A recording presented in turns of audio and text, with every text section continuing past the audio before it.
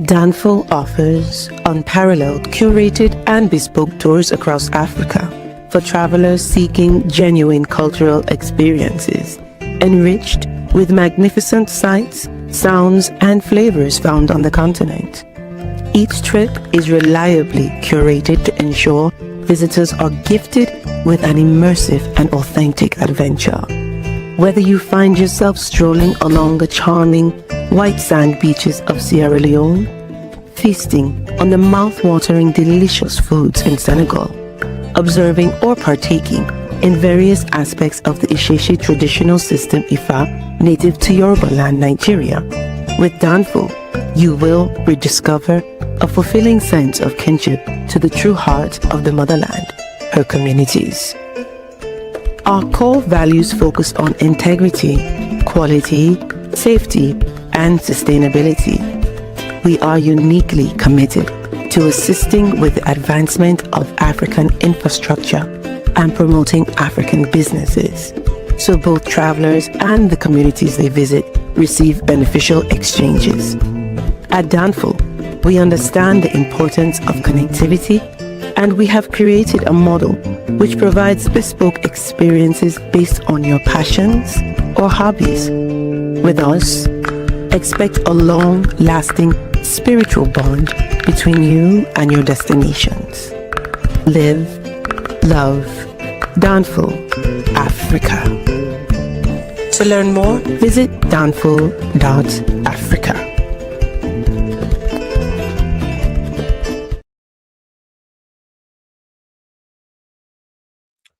Peace, family. We are live again. Dynasty Mirror Search for Huru. Thank you all. Thank you so much for joining.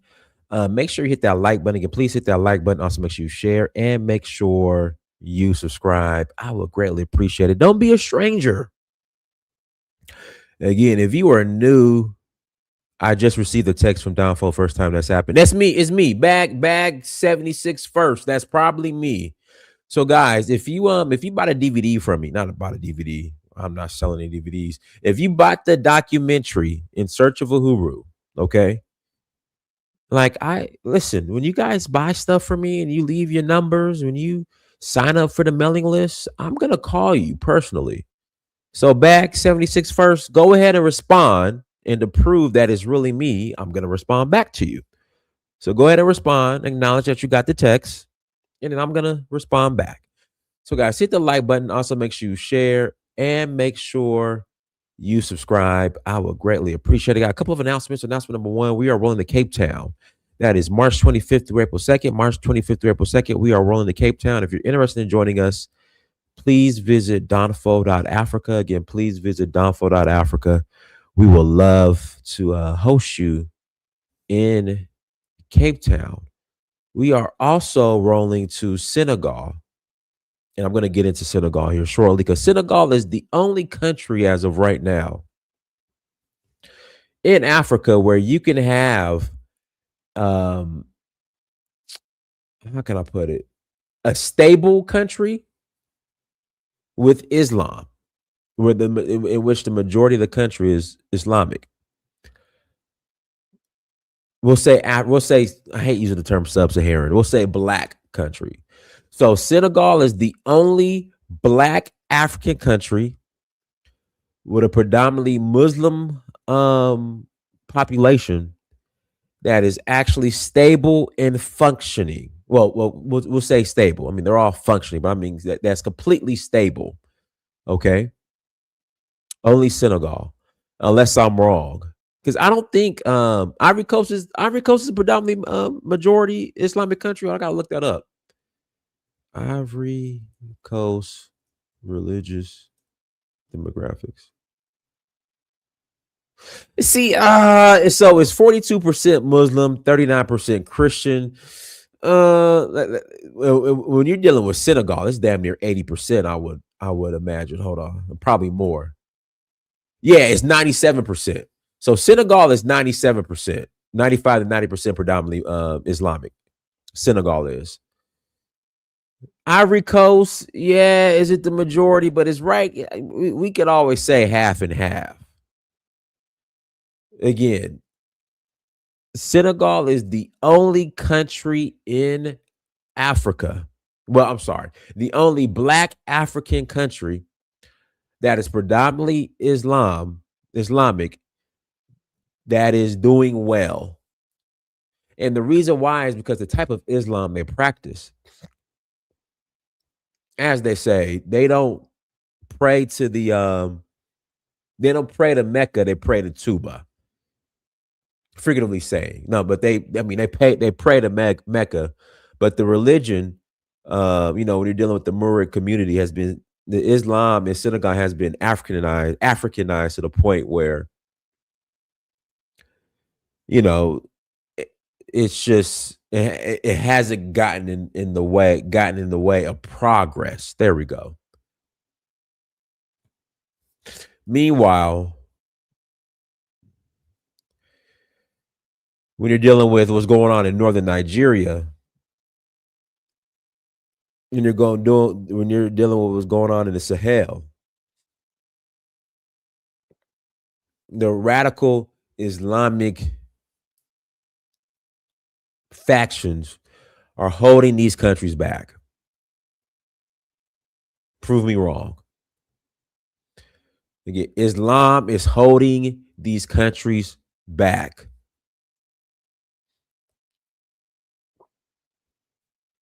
I know the General Traore is a Muslim, but his Muslim brothers are holding him back. They are in the way. And they're going to continue to be a thorn. Look at what's going on in Sudan. That's another one.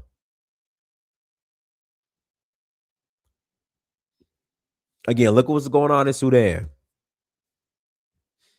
It's a problem. And people talk about the golden age of Islam and Mansa Musa when he brought the Islamic scholars, to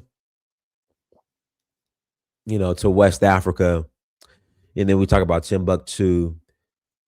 But radical Islam has been able to, for the most part, erase all of the progress from the golden Islam, the golden era of Islam that took place in, we'll say, Black Africa. It has been able to completely erase it. All the progress from Timbuktu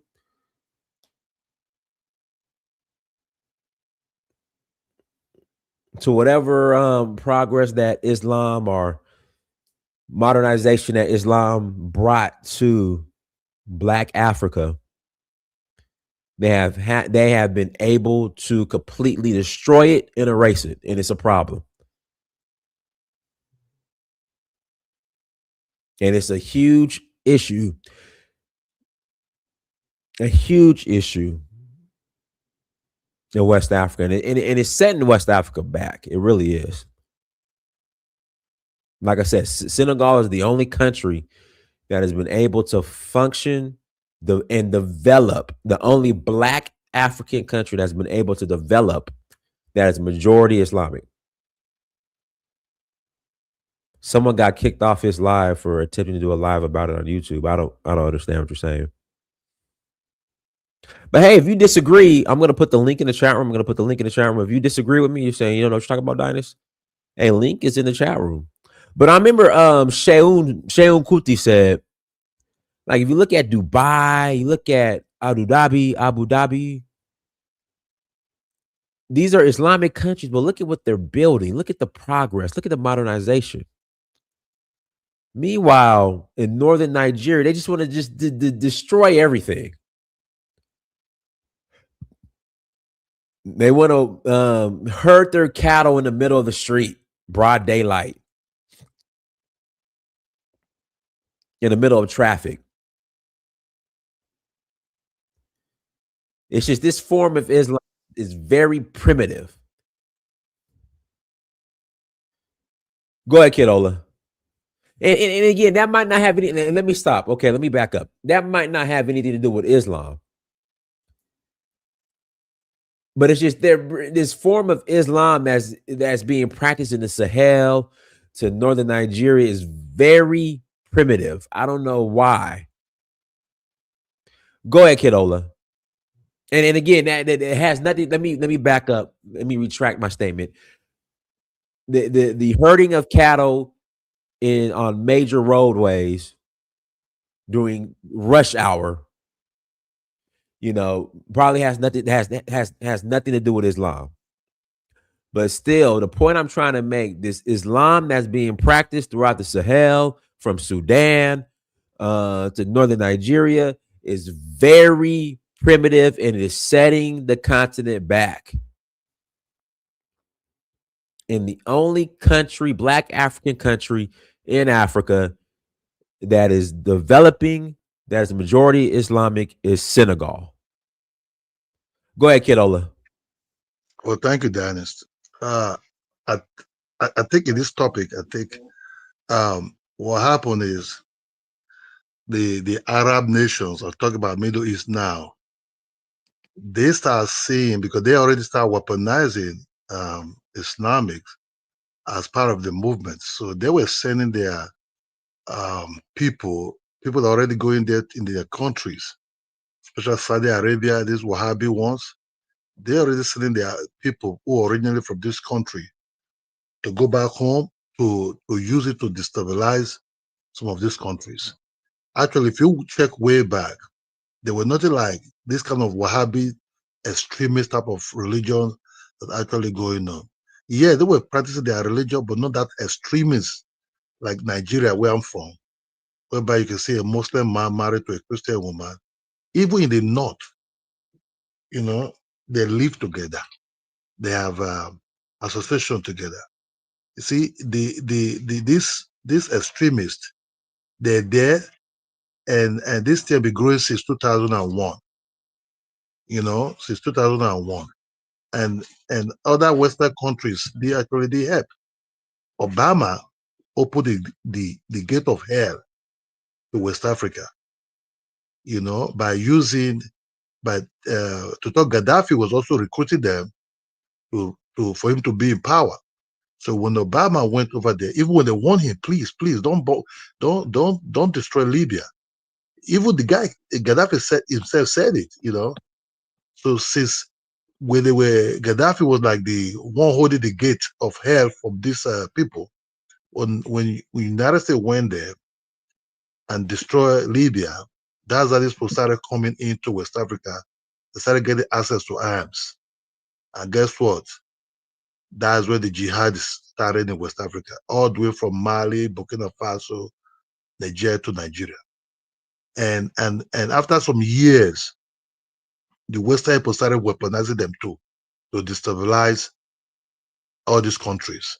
But once your country is destabilized, they can easily come and control it. So what happened in Mali and Niger and Burkina Faso, they use it to destabilize so that they came in to control those people because of the minerals, everything that is there.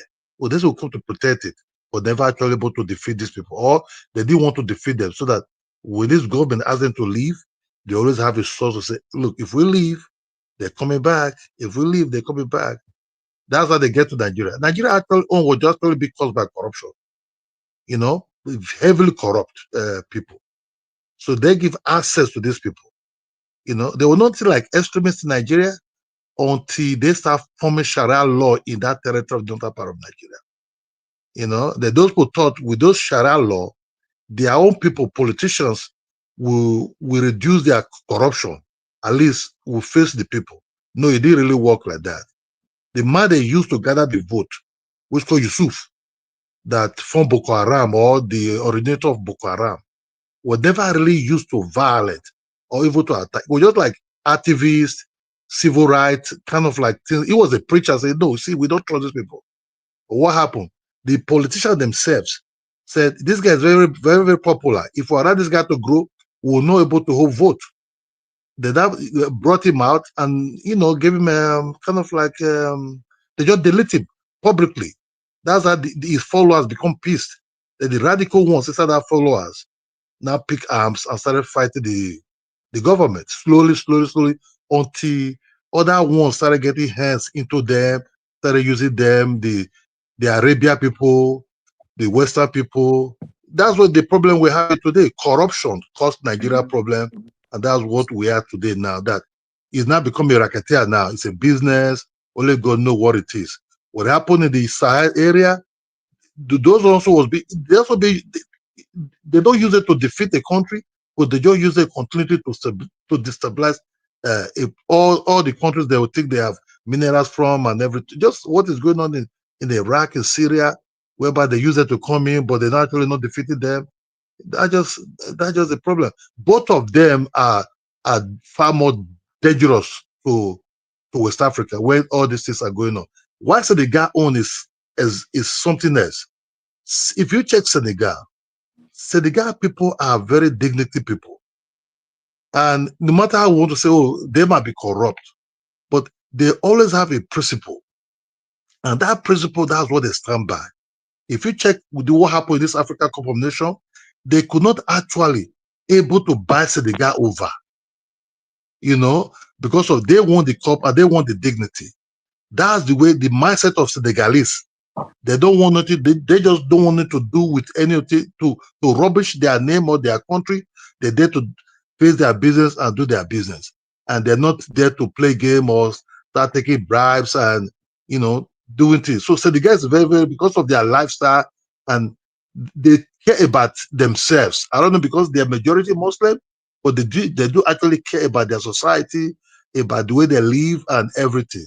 That's where I could put it. Let me end up here. Let me start listening to that. Okay. Go ahead, Morungaro. Good afternoon. Thank you for the platform. Islam and France are both equally the problem. Islam is just codified Arab imperialism, insulated with a little bit of Levantine fairy tales and Levantine culture. But this problem isn't anything new. This dates back to the 11th century. When you go back to the Ouagadougou Empire, what was the nail in the coffin for the Ouagadougou Empire was the Takura Kingdom, and the Takura Kingdom was usurped by a Islamized leader named Warjabi, who was Tukulor, and they would end up teamed up with the Almoravids, which from Morocco. And they were there. The Almoravids of Morocco at that time is this iteration of Boko Haram nowadays. So Islamic fundamentalism has always been around since the inception of Islam. When it comes with Islam, you're going to have, when it deals with black people, you're going to have slavery, you're going to have cultural imposition, and you're going to have linguistic imposition. And like I said before, every region that Islam has came into Africa, you're going to see those three things. What the brother said before about the Wahhabism, that's definitely valid. America and the British have a large role to play when it comes to the spread of Wahhabism. They've armed them, and there are some accounts that they even started it. But I mean that's.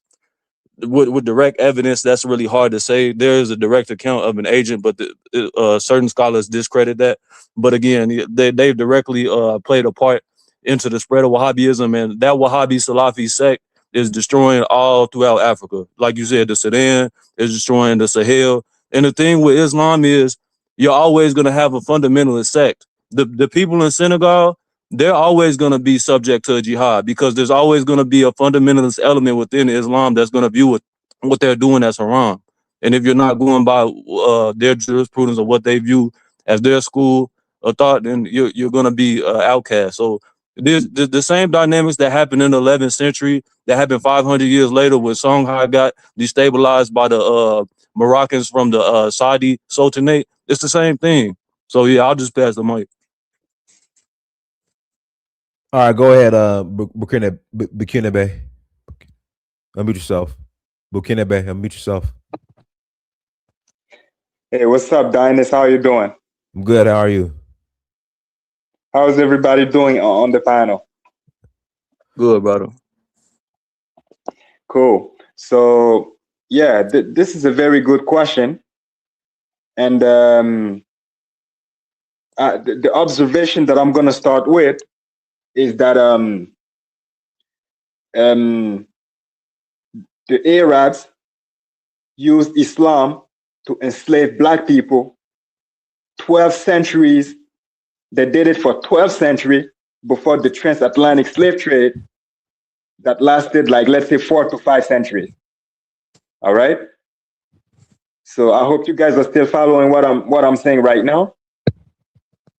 And after those few centuries that the transatlantic slave trade happened, but then up to this day, the era of slavery through Islam kept going up to this day. All right. So what I'm trying to say is that the Arabs enslaved us for 12 centuries straight. They kept doing it during the transatlantic slave trade. And after the transatlantic slave trade, they kept going all the way to this day. Okay. So we can see it, for instance, in Mauritania. We can see it like in the Middle East. We can see it in Northern Africa. So they've been doing it for the longest, all right? So based on that observation, we can definitely say that Islam harmed us as a people way, way more than any other thing. That's for sure. But that's not to minimize all other oppressions that we also suffered next to Islam, all right? So all those other oppressions were harmful to us, but Islam, in my opinion, I think was by far more harmful than any other oppression we face. Now, people could argue that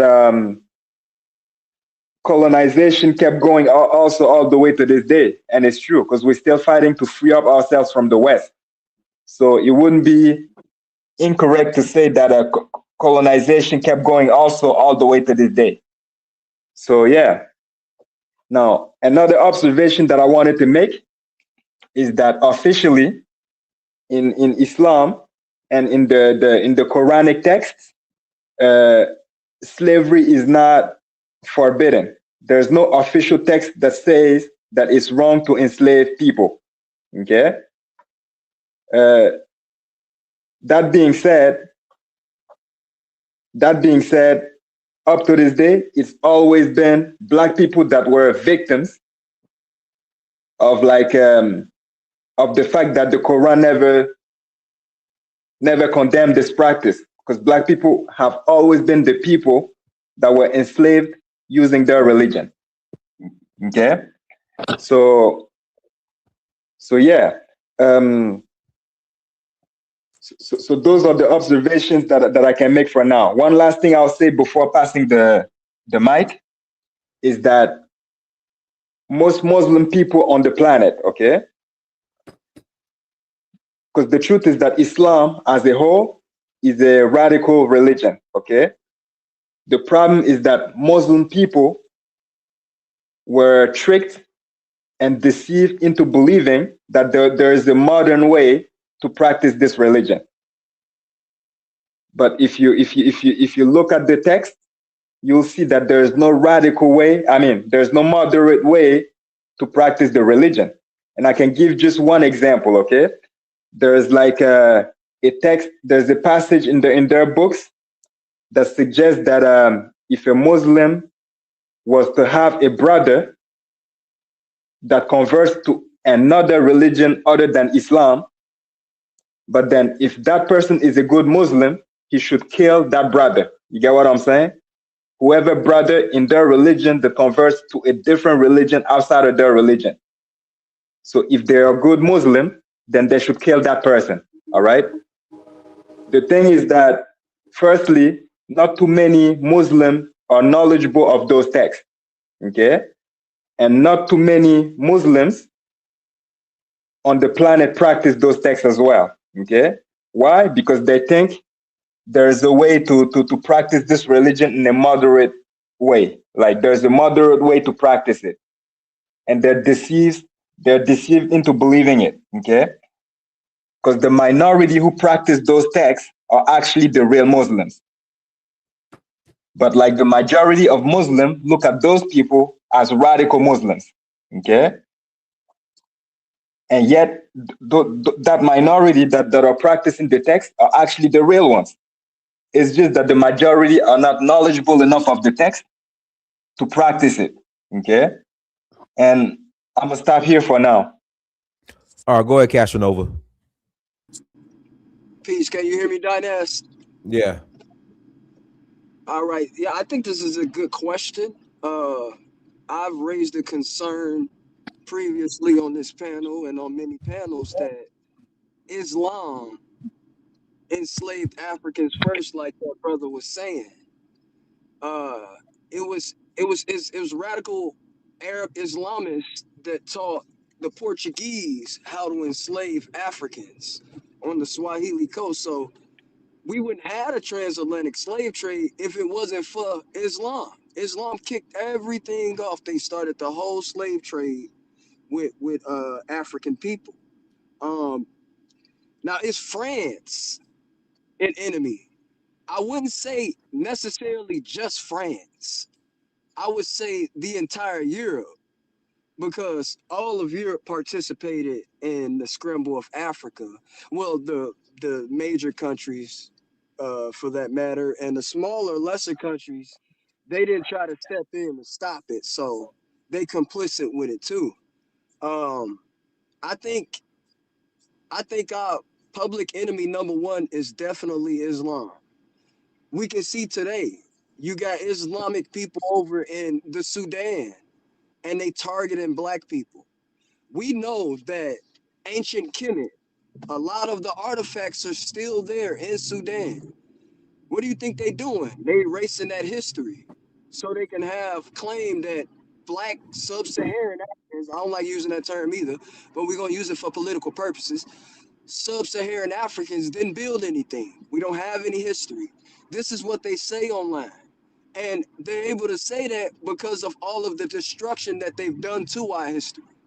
They've gone into Egypt and they've completely took over Egypt. They've completely took over all of North Africa and they subjugate the black people in those areas. Now, the first brother that was talking, he mentioned Gaddafi, and I know this is an issue with a lot of Africans. Gaddafi, slavery was happening under him too. All he was doing was sweeping it under the rug. So when they killed him, it didn't fall out of the sky into people's laps. This was something that was already going on. So when they killed him, no more sweeping it under the rug. Here it is, right in your face. Uh, any Muslim, any Arab. Well, I'll say Arab. I'll start off with Arab. Any Arab is an enemy to Africa. Any Muslim, I would say, is an enemy to Africa. So people like Ibrahim Chahuri, though he may mean good consciously, subconsciously, what's been programmed to him with his religion, it don't mean good to Africa. And that's all I gotta say. Let me read the super chat. Crenshaw Grinder 4725. Thank you for $10 holla. France has shorter history with West African and Islamic fundamental. Somebody got to mute themselves. Fundamentalism with West Africa, the jihadism is worse. Okay, muted. Go ahead, City. Go ahead, City. Hey, Dennis. Peace. I think Islamic has nothing to do with Africa. I think I would say the French caused a lot of damage. If you look at the history of Africa, going back to the meeting that they had in Casablanca, in Morocco, and the Monrovia group, all the Christian leaders that were supporting the Westerners supported the Monrovia group. That was who? Houphouët-Boigny, Senghor, and other, Western puppet. While the Muslim group from Tunisia, Algeria, King of Morocco, Sekou Touré, Modibo Keïta, and Kwame Nkrumah, they all supported Casablanca group. The group said that we should try to stand on our own. We should not be with the West. We should make sure that we should develop our own system and break away from the West. While the Monrovia group said, no, we should stay with the West. So if you look at in history, all the Islamic leaders, whether it's Sekou Touré, whether it's Ibrahim Babangida, first of all, When we had a civil war in Liberia, it was a Muslim leader that took Nigerian army and went and rescued the Liberians, right? The first April 14, 1980, that happened against Tobruk. It was Sekou Touré that sent Guinea army and make sure that William R. Tobruk remain in power. So the Islamic leaders have set a lot of examples. The guy who gave independence to Senegal, his name was Senghor. Senghor was not his real name. He changed his name to a French name. In fact, he was a Christian. What he said, well, we should not allow African country to take independence right now. We should remain under the leadership of the Westerners. We are not yet ready for independence, right? But Sekou Touré, Modibo Keita, and this guy, Kwame Nkrumah, they opposed that. When they overthrew Kwame Nkrumah, where did he go? He went to Guinea. He died in Guinea, right? He died in the hand of Islamic leader. So I don't think this thing had anything to do with religion, right? If you look at the northern part of Nigeria, right, you hardly see the Hausa in the Nigerian, I mean the Fulani outside Nigeria, or give me a terrible image to Nigeria. Who do you see that giving a ugly image to the Nigerians? Are the Christian, the one either from the south or from the other part. But the Northerners, they never travel. The only time you will see Northerners out if they are here for education. So I think religion had nothing to do with it. But when you say Kamaru French, Usman. let me Kamaru finish. Usman. When you finish French, I'm in Harlem, I'm in New York. When you walk into the French restaurant, what is a Guinean restaurant? What is a Senegalese restaurant? What is Malian restaurant? They automatically assume that you can speak French. So when you speak English, they're not happy with you. They will say, why you can't speak French to me? I said, well, French is not African language. So the French part of Africa, they are so into the French. The colonization have brainwashed them, thinking that France is everything. When you look at the Sahel right now, right, the AES, do you think the guy from Niger, the guy from Mali, the only option that they had was to be with Ibrahim Traore, right? But if they had the option, if France was to accept that guy in Niger when he overthrew Mohamed Bazoum, if he were to be accepted by the French, I don't think he would be part of the Sahel. The reason why the only option that he had to join Ibrahim Traore was because the French went against the coup d'etat, right? So people can accept situation because they have no other options, right? So, but saying that Islamic religion They got had 30 anything to seconds. do, 30 seconds. I gotta pass the mic. and the other guy said was Senegal. Senegal, for example, is 99% Muslim, right? Right. The African Cup of Nations that they play in Morocco had nothing to do with Senegal being patriotic. It was just like the Moroccan was exposed, right? They did it against the Nigerian, but people did not notify it. They were taking the goalkeeper tower, they were abusing the Nigerians, but people did not notice it until during the final time. So Senegalese have no control of them winning the African Cup of Nations. But thank you. Okay. Go ahead, Econ. Unmute yourself. Oh, hello everyone, and respect to the host, Diana Samir. Peace. Christianity and Islam is the same thing. Islam is very much more radical. You feel me? But both are guilty of enslaving Africans in general, in mass, and for hundreds of years. You feel me? Both of them. So what I'm saying about Islam is, of course, most people is Christian and most people is Islam. Very few people is Black conscious and Pan-African and such. So I'm not expecting us to be radical because these people um are more than us, right? But we are making progress. The thing is with black Muslims, they still don't understand. The black Muslims actually think Islam is not colonization. So the black Muslim think he is colonized one time, but he's actually colonized twice. You feel me? Because they have been immersed in Islam so long, they think it's their blood practically, as if it is too long to say they were colonized. You feel me? And people don't know what colonization is either. You feel me? I'll explain colonization. Colonization is when you learn to hate anything black, the black hair and the black skin. Colonization is kind of bad mind in terms of you don't want to see black people progress. And I'm talking about the black person who is colonized. That's what colonization do. It gives you the mind of your oppressor.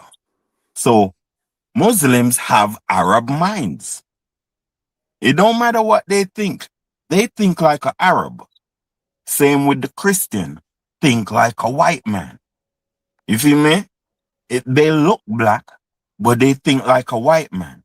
So that's why this rift is going on, because the Muslims are against blackness. Actually, don't make them trick you. They don't like their skin.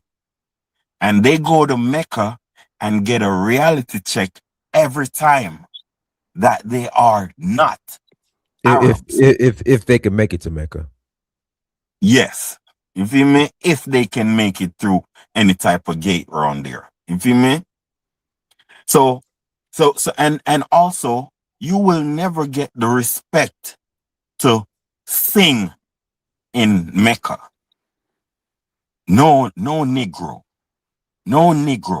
will never get the opportunity to sing in Mecca when them boys is walking around the damn rock. None of you privileged Muslim Negroes. But with Ibrahim Traore now, and I totally understand them. They are totally going against Islam. They actually are wrong. They're trying to perfect Islam. You feel me? I don't blame them, because you cannot just get rid of Islam. You cannot just get rid of Christianity. So if they are partial with, what I'm seeing is they are trying to do peace, right? And they are trying to be logical about it. And they have endorsed Pan-African values. Because when it comes to Pan-African, it don't matter the spectrum. We endorse the Muslim black people and the Christian black people. We love both of them. But what we would like to do is transform them into black conscious people. So you can be Islam, you can do Islam, and you can do Christianity, but you must love and respect and have loyalty to your blackness first. That's what we ask. And that's not even much to ask. 30 seconds. 30 seconds, Econ. I got past the mic. Yes, sir. So I like the Sahel, but as I think as long as Islam exists, there's a potential for them to formulate a jihad. So maybe 40 years, 50 years after these genius dudes are gone, there might be a resurgence of dirty life, because Islam, as dude said, you cannot liberalize Islam or you can't make Islam moderate. So it's just a hostile thing, and it is only for Arabs. You feel me? Because it is uncivilized, and Arabs are uncivilized. So you have to give them back their religion. You feel me? And same with Christianity, it is moderately uncivilized. You feel me? We need to give them back their religion, because what it's doing is it's like politics. It's causing too much fractions in our communities. Same with well, when it comes to tribalism, we would like for the tribes to recognize their color first. You feel me? Let's be the black tribe. We are the black tribes of Africa, and we should start addressing the 47 countries and not no 54 countries. We are 47 countries in Africa, and we want back North Africa. I don't know. I hear Africans always calling these people Africans. We need to stop this thing. They are not Africans. They are invaders, and we want back our land. And again, we in the West, we want land. So you need to get it back for us, my African brothers. Thank you. All right, guys, make sure you hit that like button again. Please hit that like button. Also, make sure you share and subscribe. Again, please hit that like button. Go ahead, Elvis. All right. Thank you, Don. It's hello to the panel in the chat. Look, I usually don't agree with Akon Fire, but today you were spot on. So excellent job in your summation. But let me just say this, right? I'm going to take a step back. You know, many people know I'm very critical of Islam, and most of my criticism is based on the text of it. You know, it's a texture criticism of it. But I think the people themselves who practice a religion, you know, certain things add to you and certain things subtract from you. And it's about the strength of your character and whether or not those things will add positive or impact you negatively. And I think the way we were as Africans, the tribal nature of our society, the sectionalism, the sectarianism that we have as a people, Islam brings that to bear, because if you have any kind of struggle, whether it's about land or political fight, you can go on a jihad, you can go on on a holy struggle against another group of people and feel just, because your religion tells you that that's the just thing to do. So whether you're a Hanafi, you're a Hanbali, you're a Maliki, you're Salafi, whatever school of thought of Islam you subscribe to, these tenets are within those schools, and you can use them to fight against your brother because you think that you have a divine right to struggle against them because you think you're in the right. So for me, I think countries like Senegal and Ivory Coast that have a large Muslim population, if the culture there is such that development is prioritized, you know, social cohesion, religious tolerance is prioritized. But again, like most people are saying, if you don't follow the Sunnah, which is the teaching of their prophet Muhammad, then you're not a true Muslim. And they tell you that you can't be friends with the mushriks, you can't be friends with people who associate, you know, partner with Allah, like the Christians, as they would call it. You know, you got to get rid of the infidels. If you capture a land that's occupied by non-Muslim, especially the Christians and Jews, you make them pay the jizya, a tax, so you don't kill them. So there's a lot of things that a lot of African, Muslims don't practice, which essentially, disqualify them from being true, quote unquote, Muslims. So on the continent, there are a lot of moderate African Muslims because they realize that practicing Islam in its intended form is going to be destructive to the entire continent. So most of them tend to, abide by certain tenets and kind of discard the others. But for me, I think it's about we, the people. Maybe we just can't figure things out to develop ourselves. I think a religion like Islam is destructive, corrosive, and erosive. But at the same time, it has we have a character flaw as Africans that kind of holds us back from developing on our own, our culture, our mindset. It's hard for a religion like Islam to add, positive rather than bringing out the negative side of us. So for the Muslims on the panel who was, defending Islam, to my brother Sidi, my Liberian brother, most people haven't read the Quran or read the Hadiths or read the interpretations of them. But for me, I've studied it, extensively, and definitely I can tell you without fear or favor, Islam It's a militant religion. It ostracized Africans. Somebody like Bilal, that many Africans, like to emulate. He was just a slave to Muhammad, given to him by Abu Bakr. The most famous black man in Islam was a slave, and he wasn't free even after Muhammad died. He was begging Abu Bakr for his freedom. So Islam has enslaved the Africans even during the time of their prophet. Nobody would tell you that Jesus Christ was for slavery or he had slaves with him as he was walking as one of his companions. Nobody would tell you that. He never advocated for slavery at all. So it's just different. And I'm not saying that that's the reason they're undeveloped, but some of the tenets in the religion give people who are part of that religion the fight to fight against their brothers and to fight against other people. But thank you, Donnie. I'll pass the mic. All right, go ahead, Jagoon. Thank you very much, Dennis. Good evening to the whole panel. Well spoken. Thank you, my brother. Well spoken. I think I Can Fire, and the last gentleman who just laid it down, and indeed well spoken by most of the panel. This is a fundamental question and a good one. Let's get to it. Again, from the individual that was defending Islam or saying that Africa's being held back. Yes, fair enough. Has nothing to do with Islam. I was actually waiting for an Islamic apologist to come on and say exactly what you said. It could be, these things could be quite easily fortuned. We can expect that somebody would come with that defensive approach.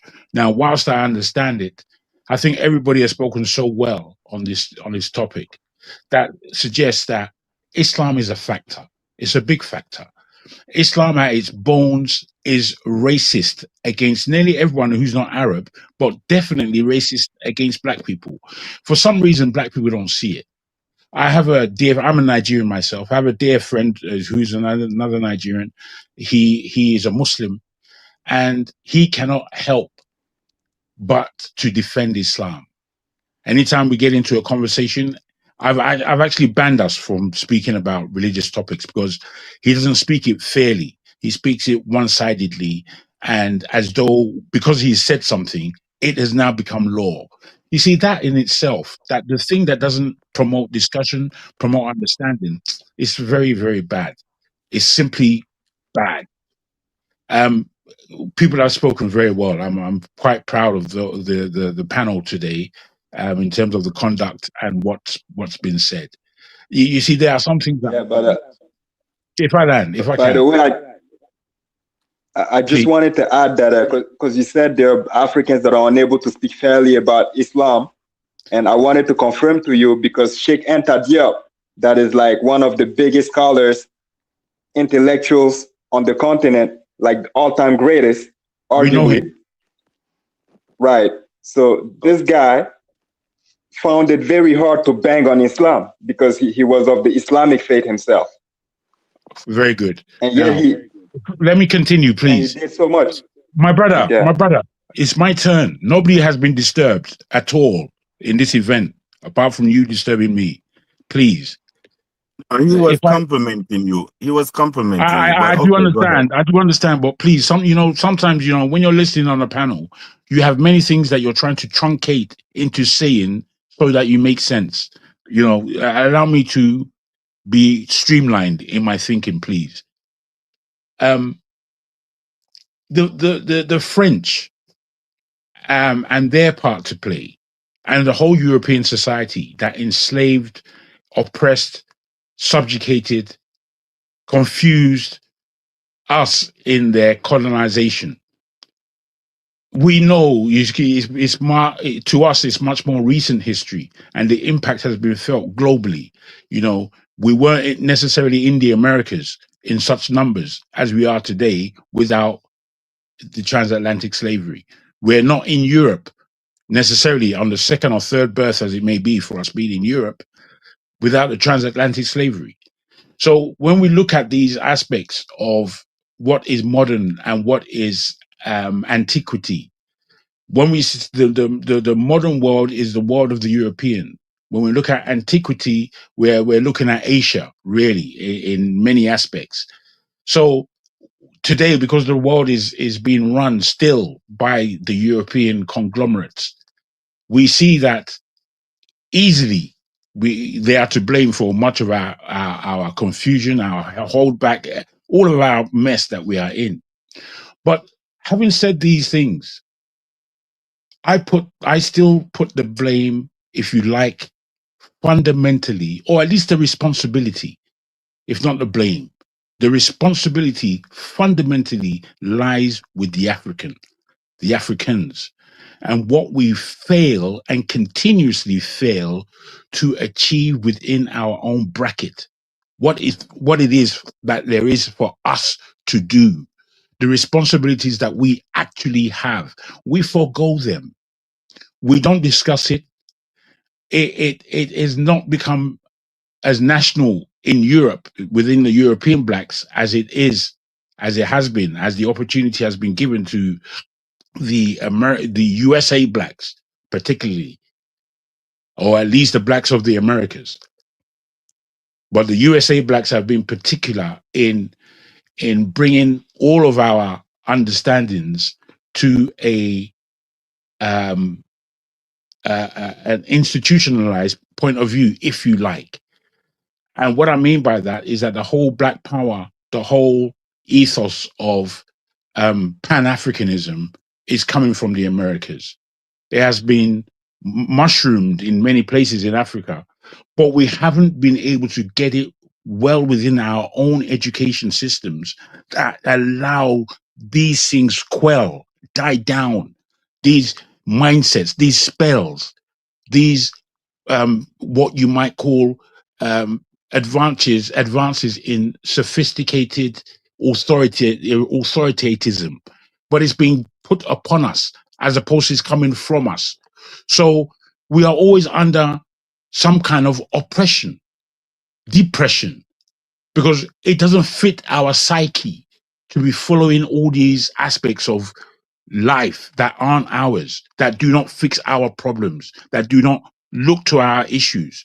And I think this is what we got to turn around. Whether we be Islamic, whether we be Christian, whether we be fundamentally of a mind that is more material than spiritual, whatever it might be, we've got to tackle these problems. And that's why I thank Danis for bringing a panel and bringing a question. Thank you. All right, go ahead, V. Hello, guys. Good. I don't know what your time is, Danis, so I say good day, whatever, and I say hello to. It's 8 o'clock here in Atlanta. Okay, brilliant. Okay, so 8 p.m. then is good evening, then, isn't it? Okay, yeah, all right, good. Yeah, your the topic. Just say Ekale. What did you say? Just say Ekale. Ekale. Ekale. I'm not Yoruba. I'm a kind. Oh, I thought you were Europe. Oh, okay. But No, I thought I'm you a from. kind. I thought you from Nigeria. Okay, my bad. Okay, it's the same, you know. It's saying. It's the same, yeah. Good one. Good. All right. Let me gather myself, and it's very, very interesting topic that you're discussing this evening. I mean, you have to go back from the beginning. Islam was the first Abrahamic religion that came to us in West Africa. No. Yes. No. Yes. Stop interrupting her, bro. Let her talk, man. Sorry about that. Sorry about No, I'm not saying. Judaism was the first. Stop. No, come on. Hold on. Let lady talk. Hold on. Judaism has its roots in Africa. So that is part of our indigenous belief. What you call Judaism. Very good. I'll stand corrected. I like what you said. Yes, you're correct, man. Yeah, well said, women. Well said. Let me just carry on then. Yes, Judaism. And now I will even say our African beliefs and practices predate Judaism. Mm-hmm. And it's what, I mean, I don't know how to describe it. But a lot of the things that is done in Judaism, it is done in many indigenous African religions. Correct. So let's put that aside. You can make the same argument for Christianity and Yeah, Islam. let's not go. That's why I didn't want her to be interrupted, because it's gonna go down a rabbit hole. Let her get her original thought out, Let man. me just say what I know. The little that I know may not be Islam. fully facts, but this is what I know. Now, talking of Islam, so if you put that aside, talking of Islam came to us, the Abrahamic religion, that was the first that came to us in West Africa. Prior to that, there was Christianity in North Africa. And in certain parts of Eastern Africa, they were practicing Christianity. Ethiopia, yeah. So in terms of West Africa, you have to go back to the beginning of how Islam came to us. It came to us in a form of jihad, fighting. Yes. And in many instances, you find community leaders, because when they come, those what they call them, I forgot, Janjaweed, so they call them Janjaweed, but that kind of, when they would come in their horses with their swords and everything, it's convert or you are dead. And a lot of community leaders, this is the history. Let nobody take offense in that, because we Africans, we like to brush important issues aside and take an offense. Oh, you're talking against my religion. I'm not against any religion. I'll go on to and speak a little bit about Christianity too. And you see, convert or you are dead. And often you find that certain community leaders, they converted to Islam to save their people. And when they capture a village and they say converted, they put people there to spy on you. Now, if you try to deviate from that, then they come back at you again. And somebody talked about the Islamic tax and all that. All that went on, but I'm talking about how many were converted in West Africa. It came to us in what they call jihad. Okay, now that being said, so this is 100 years, many 100 years down the road, and then Christianity also came to West, the Guinea Coast. Now, Christianity came with a form of trading with us. Later, they turned into another story, into enslavement and everything. Prior to that, the Muslims have also done their enslaving up in the trans-Saharan enslavement. Okay, now coming back to modern, recent times, how we're struggling with this both Abrahamic religion.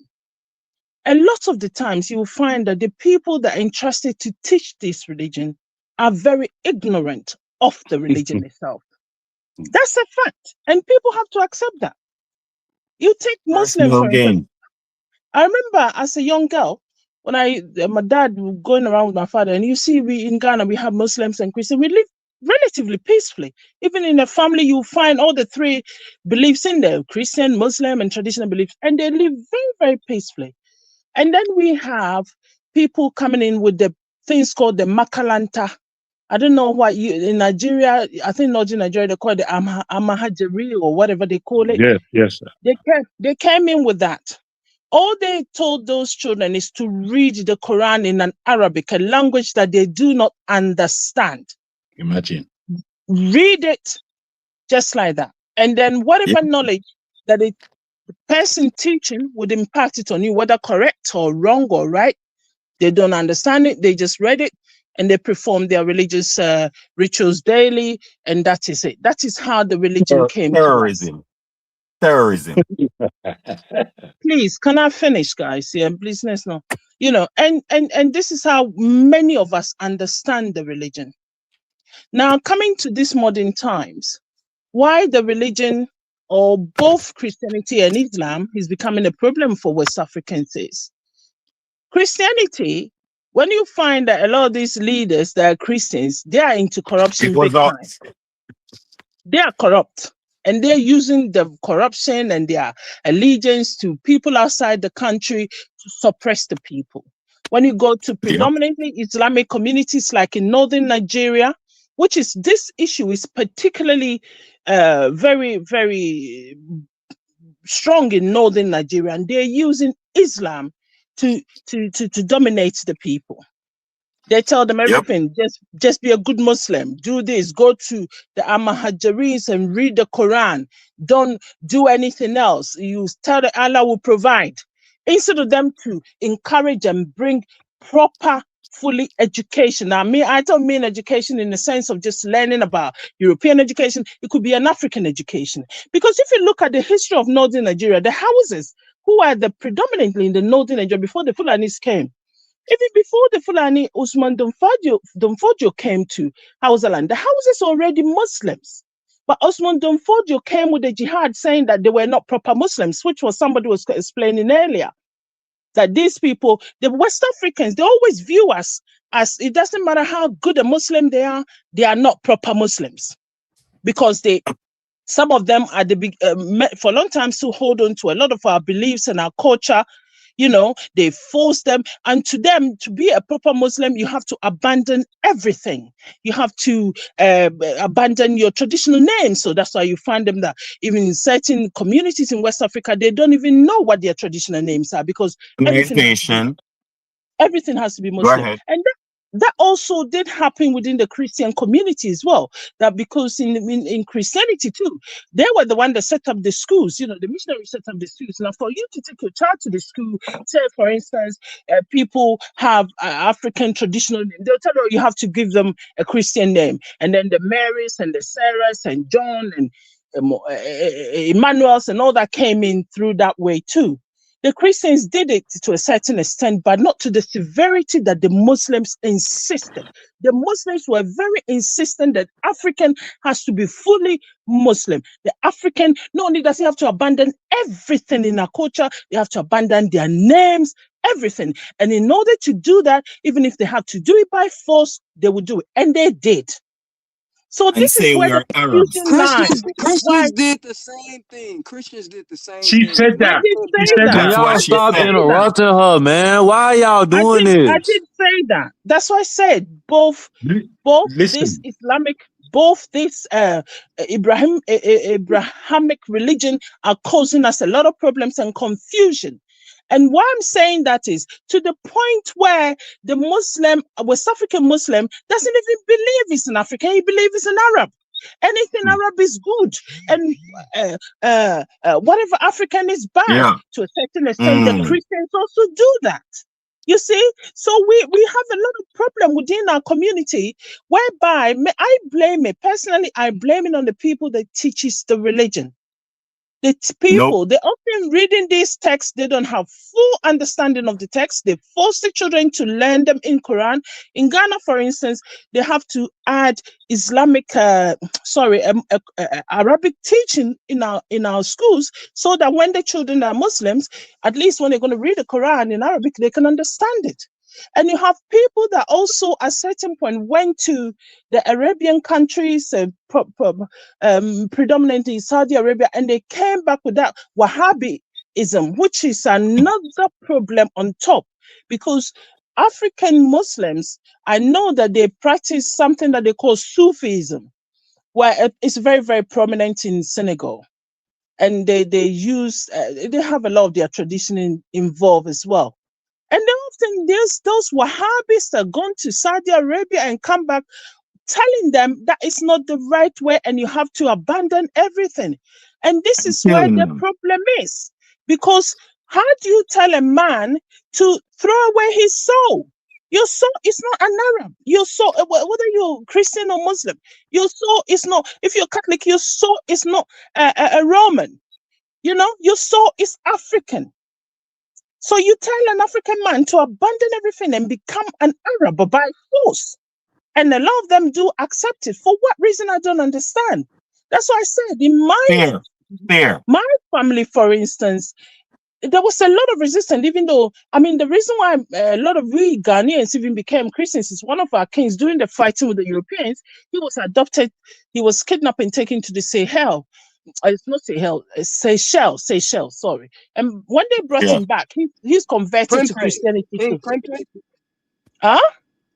King Prempeh? Prempeh, yes. When he came back, he then became, he was a Christian, so a lot of people follow him into Christianity. So it's half-hearted. My grandmother that generation, they resisted.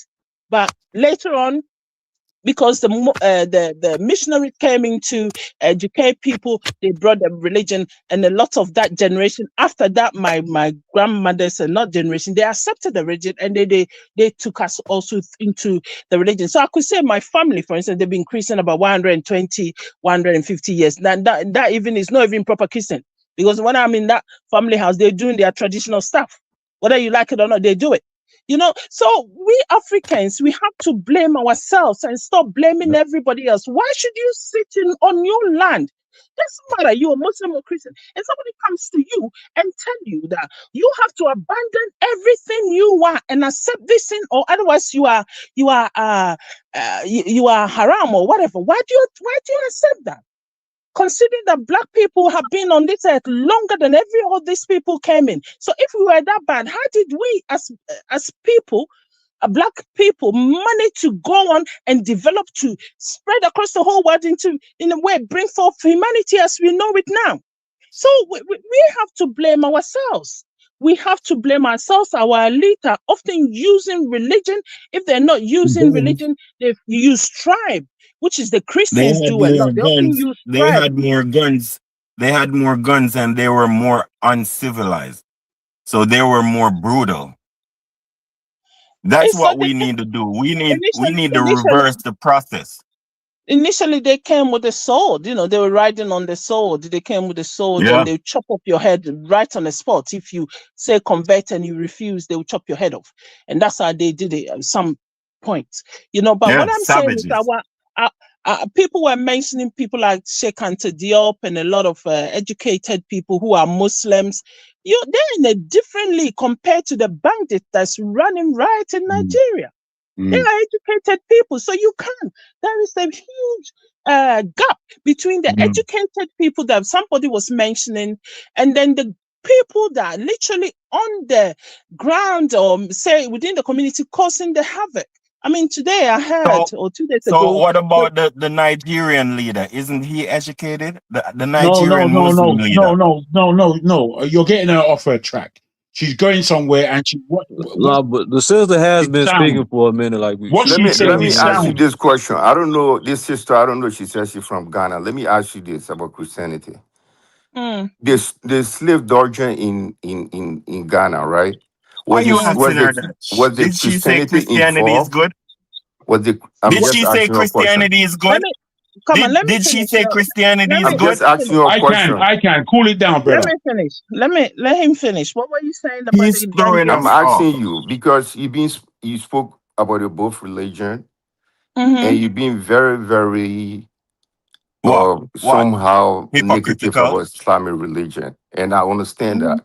But I'm asking you, were the Christianity involved in slavery in Ghana, that is slave doctrine? The Portuguese and the British? The dungeons initially I'm asking you a question. I don't want to go into the history. Were they involved? Excuse me. You asked me a question. The way I understood your question, let me answer you. Okay? If that's all right with you. Okay. What I'm saying is the dungeons were built initially for trading. Later it became, come on now, please. Now, can you stop? Let me finish. I don't want you to go into that whole history. No, you're tricking yourself. The dungeons was built for slavery. In the slavery? That's my question. Were they involved? Hold on, dude. Let me straighten her up. The dungeons was built for slavery, but they told your people that it was for trade. But it wasn't for trade. It was to bring people to Jamaica. And the second question is, the second question is, I've seen. You guys are being very ignorant in not listening. Yeah, but she's wrong. Don't they have to build a Hold on. If the dungeons is at the bottom of the castle, don't they have to build the dungeons first? Do you know the first people to build a dungeon in Ghana? Do you know who they were? Jagan.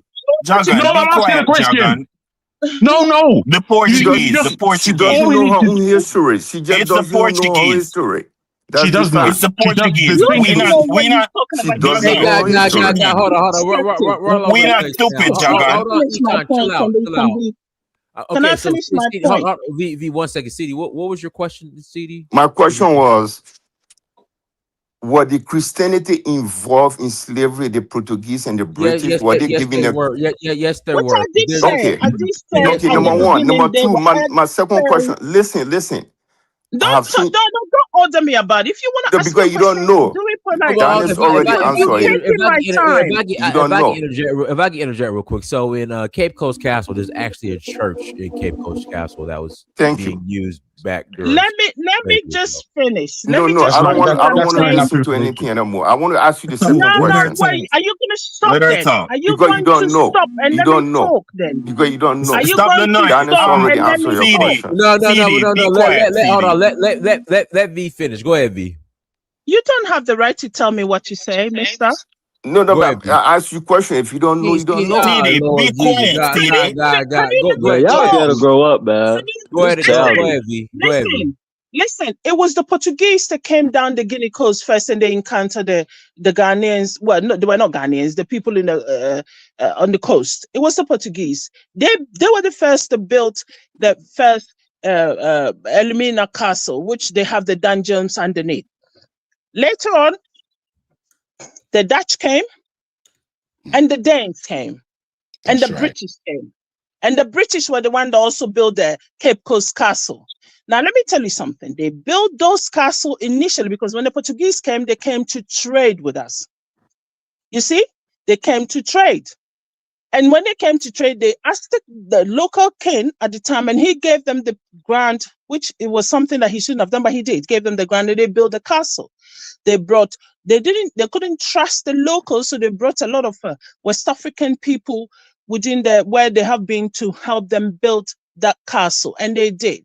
And they were literally trading with us. It was later on when they went to the Americas and they did all the damage there, they killed all the people, and then the people ran away and they needed people.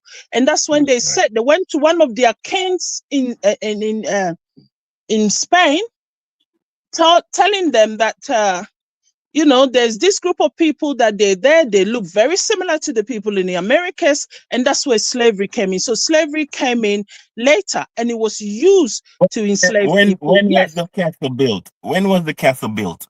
I've forgotten, but it was about before slavery or after slavery began? Castle was built before slavery. Before. Lies. No, Lies. it's not a lie. It's not a lie.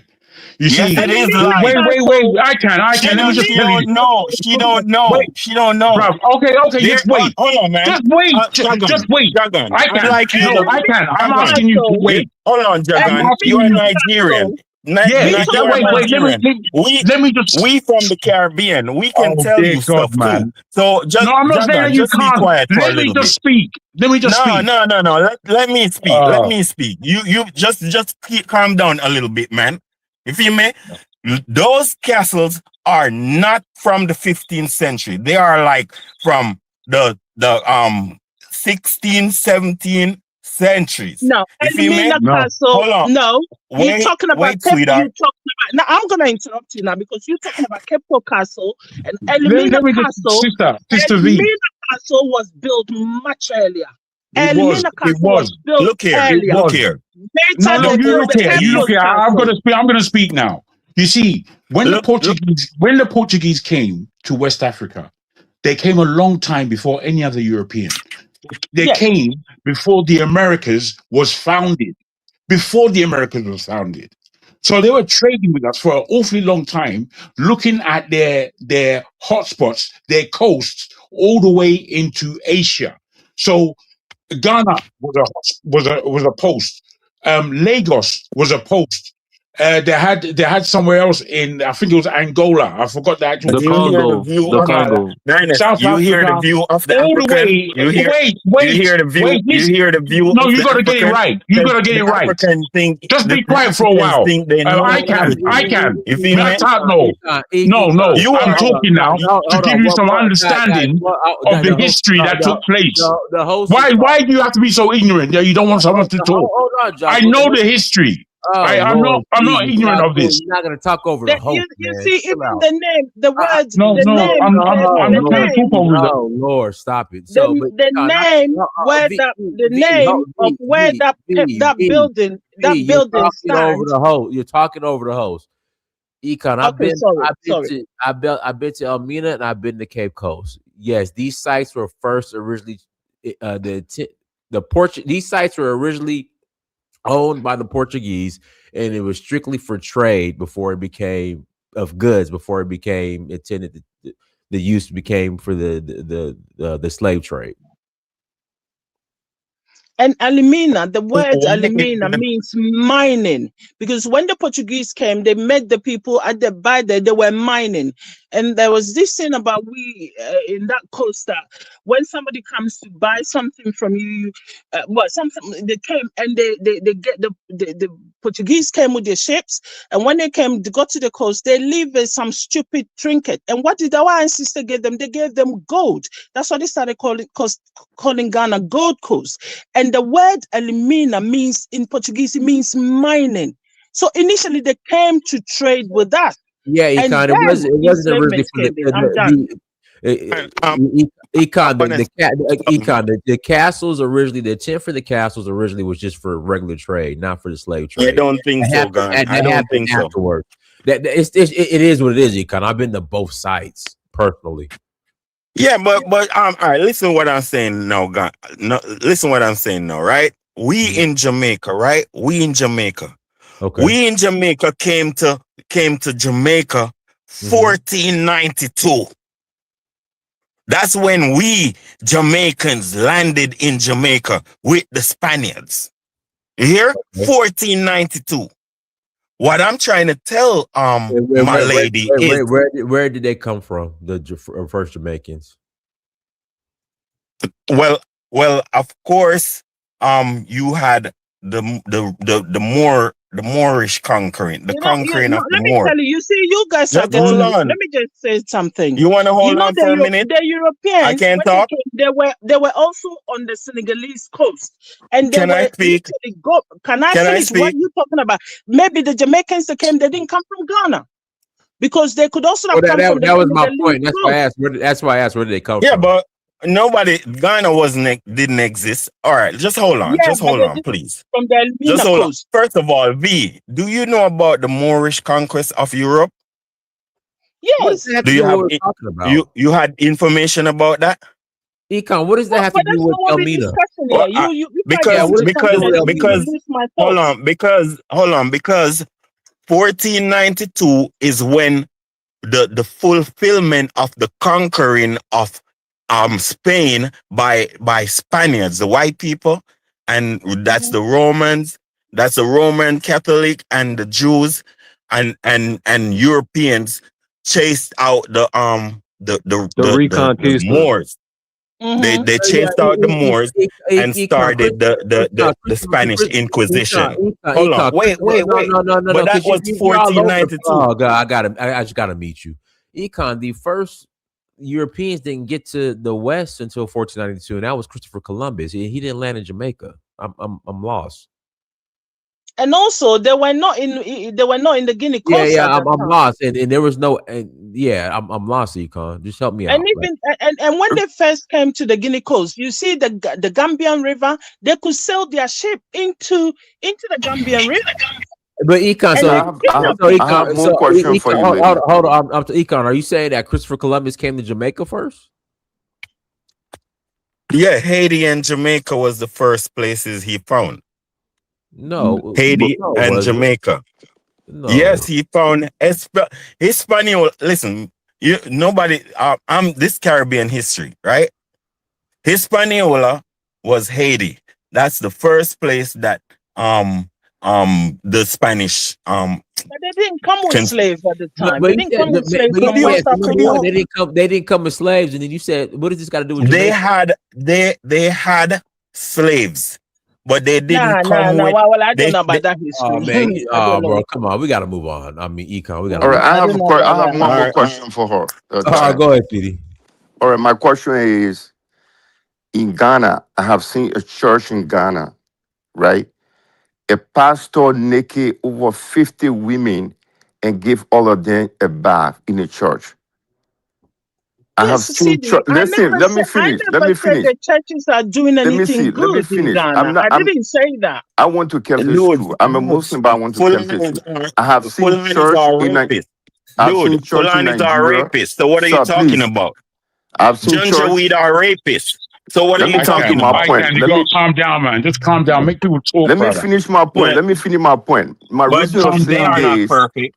is no religion is perfect. Even within Nobody the said Islamic that, CD. religion, Don't right? get overly emotional about religion. That No, is our listen. problem in Africa. With People get so with super emotional when you're talking about religion instead okay, of looking at the let me practicality finish of my it. point. Within the religion, there's always or people that practice the religion on the opposite direction, right? I Right. have seen a church in Nigeria where the pastor telling people to go outside and eat the grass like an animal, That was like a South goat, Africa, by the way. It was South Africa. right? It was South I've Africa. It seen wasn't a church Nigeria. in He said Kenya. that he seen it like he was I've there. seen a You church in weren't there. Kenya that have killed over 500 people that make Yes, the that's people to true. starve themselves Nobody's to going to death. dispute that. So my reason of saying this, My friend who's talking, listen, can I just ask you a question? You see let me what you're finish. When I speaking. finish, you ask your Wait, no, question. I'm gonna Yo, ask you why a do quick y'all You gotta can question. feel ask me like a y'all question gotta when I'm interrupt having people question. mid-sentence, No, Why I don't you want man? to interrupt interrupting him. me? No, What's the problem? you see what it is. You're going to a religious point. The point of the question I'm finished is my just But question. between let the If him I three. make finish, it then you will though. talk. Then you retort, man. Come on. No, Like this not like that. disrespectful, bro. It's been happening What the it is, entire time. unfortunately, he's being defensive by attacking another religion, and that's not what the question is. That's not what we're here to do. Nah, We're I here So, to, agree, but let him finish his thought, nah, then man. let me retort finish because my thought. it's just gonna turn into So everybody speak. It's a free fall, and it's if you turned into see that the past 15 minutes. if you see Islamic religion, there's different factions within Islamic religion. They have the Sunni, they have the Shia. Within the Sunni, they have separate type of groups, right? Being a Muslim, I don't agree with certain things that they practice within the religion. Going at the extreme of being a Sunni Muslim, or going at the extreme of being Shia Muslim, right? The Shia are the one that are from Iran, and they have some of them from Iraq, the Oh southern part of Lord. Iraq, right? So my reason of saying this, religion is a very sensitive topic. People It isn't. can It's be only the within Islamic Africans. religion. They Sidi, are I'm going not. to Yeah. disagree with you on this very strongly. It's only Yeah, the you don't have Africans that no makes the business in religion as it Islam, is. CD. So within the Islamic religion, people have big disagreement, right? If I go to the mosque, I stand up, I want to pray, I put my hands up, and then another person next by me can put his hand down. I have some sort of disagreement with him, right? Yeah, silly Same as Negroes. in any religion for that matter. The reason people identify themselves with religion is to have some sort of discipline in your life, right? I'm not a religious person. First of all, I went to Catholic school all my life, right? But being my parents are Muslim, yeah, I follow the religion because of my parents. But do Sidi, I agree with everything do that you happened in Islamic consider religion? yourself, Sidi, No, please, let me ask you a question quickly. do- Do you consider yourself as an African first or Muslim first? I'm an African first. I always say that. Well, I'm that's good. always African first. This is the way You're I not a have Muslim, then, brother. I have Brother, disagreement with Senegalese. you, When Senegalese went to Morocco, right? They abused them. They called them monkey. Senegal was one of the countries that was supporting Palestine, War. That's right? war. Right. And I was telling them, why you guys supporting Palestine when people dying in Congo? So you tend to put the religions up front all the time. And all the time you guys want to identify yourself with the Arab, but they have no respect for you guys. And that's the biggest mistake a lot of Africans make. They take religion first. But me, I'm more of African person. When I saw them demonstrating because of Palestine and people dying in Congo, it was on the same shoe I was questioning the Senegalese guy. I said, why not Congo? Right? Why not Sudan? But because the Palestinians are 90% are Muslim, that's why you guys are demonstrating for it. Makes no sense. So I'm more a Pan-African person than being a religion. The religion I practice religion is just for discipline for me to have some sort of religion in my life. But I'm not a Sunni Muslim. I'm not a Shia Muslim. Okay, let me read religion. I gotta read this super chat. Unity is strength. Thank you for the $5 holla. Islam is just another religion among many, while France wants all Africans either in some degree of slavery or dead to exploit the land and resources. Andre Miller, 1566. Thank you for the holla. These rude, useless men are why Africa is screwed. Afro Man, are you there?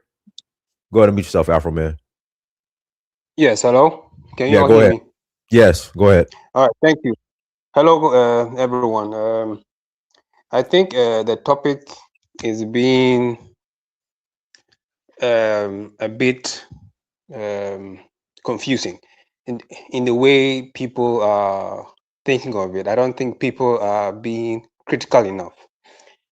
First of all, let's set a few parameters here. Historically speaking, if we are going down the line of slavery, yes, Muslims, the Arabs, did some level of slavery in Africa. So did the Christians. But as well, so did the tribal groupings in Africa. And so if you're going to condemn Christianity and Islam based on slavery, then also condemn the tribal groupings that were involved in slavery prior to Christianity. That's not the Okay. thing. Secondly, let me finish. Don't interrupt me. Okay. So that's point number one. Slavery has existed in Africa, independent of Christianity and Islam. Point number two. Islam brought slavery. Point number two. I'm not dealing with emotional responses. I'm dealing with facts. Okay. So point number two. And most of you who are even speaking are not even on the continent. You're in the diaspora. You don't know anything about the tribal groupings and the history of the tribes. So the second point is this. Okay. If we are going to look at the success of Africans in the last 1,000 years, you cannot show me any significant empire that Africans have built outside of three empires: Ghana, Mali, Songhai. The two of these three were fully Islamic empires. We have not had a single empire under Christianity, nor have we had a single empire under what you call African traditional religions for the last 1,000 years. Aksum. Not only you have to include. Are you talking of West Africa? Oh no! I'm speaking. Let me finish. Hold on, Afro Man. This is the whole speaking. Oyo wasn't predominantly Muslim. And even the two that he said, you know, the two that he said, they were my friend, you are not the only one who knows about this history. Yeah, Benin was significant. Benin was very significant. My point. Let me complete my point. Okay. We'll let you complete your confusion. Significant. Okay. Shut up. When I say significant, Ashanti, Oyo, Benin, Dahomey, I know all of those. They weren't Those were Islamic. not. Listen. He's an Arab. He's an Arab. He don't care. He's an Arab. What about Aksum? Dinah, you don't allow me to speak, or you allow me to speak. You're speaking to people you have read. You asked the question. There's only been three. We don't want no. Let him speak. Go ahead. Yeah, we don't want no terrorists to talk. Okay. So I'm not even going to respond to you, immature people. Okay. So now, when you look at, when I say significant empires, you look at the Mali Empire, Timbuktu.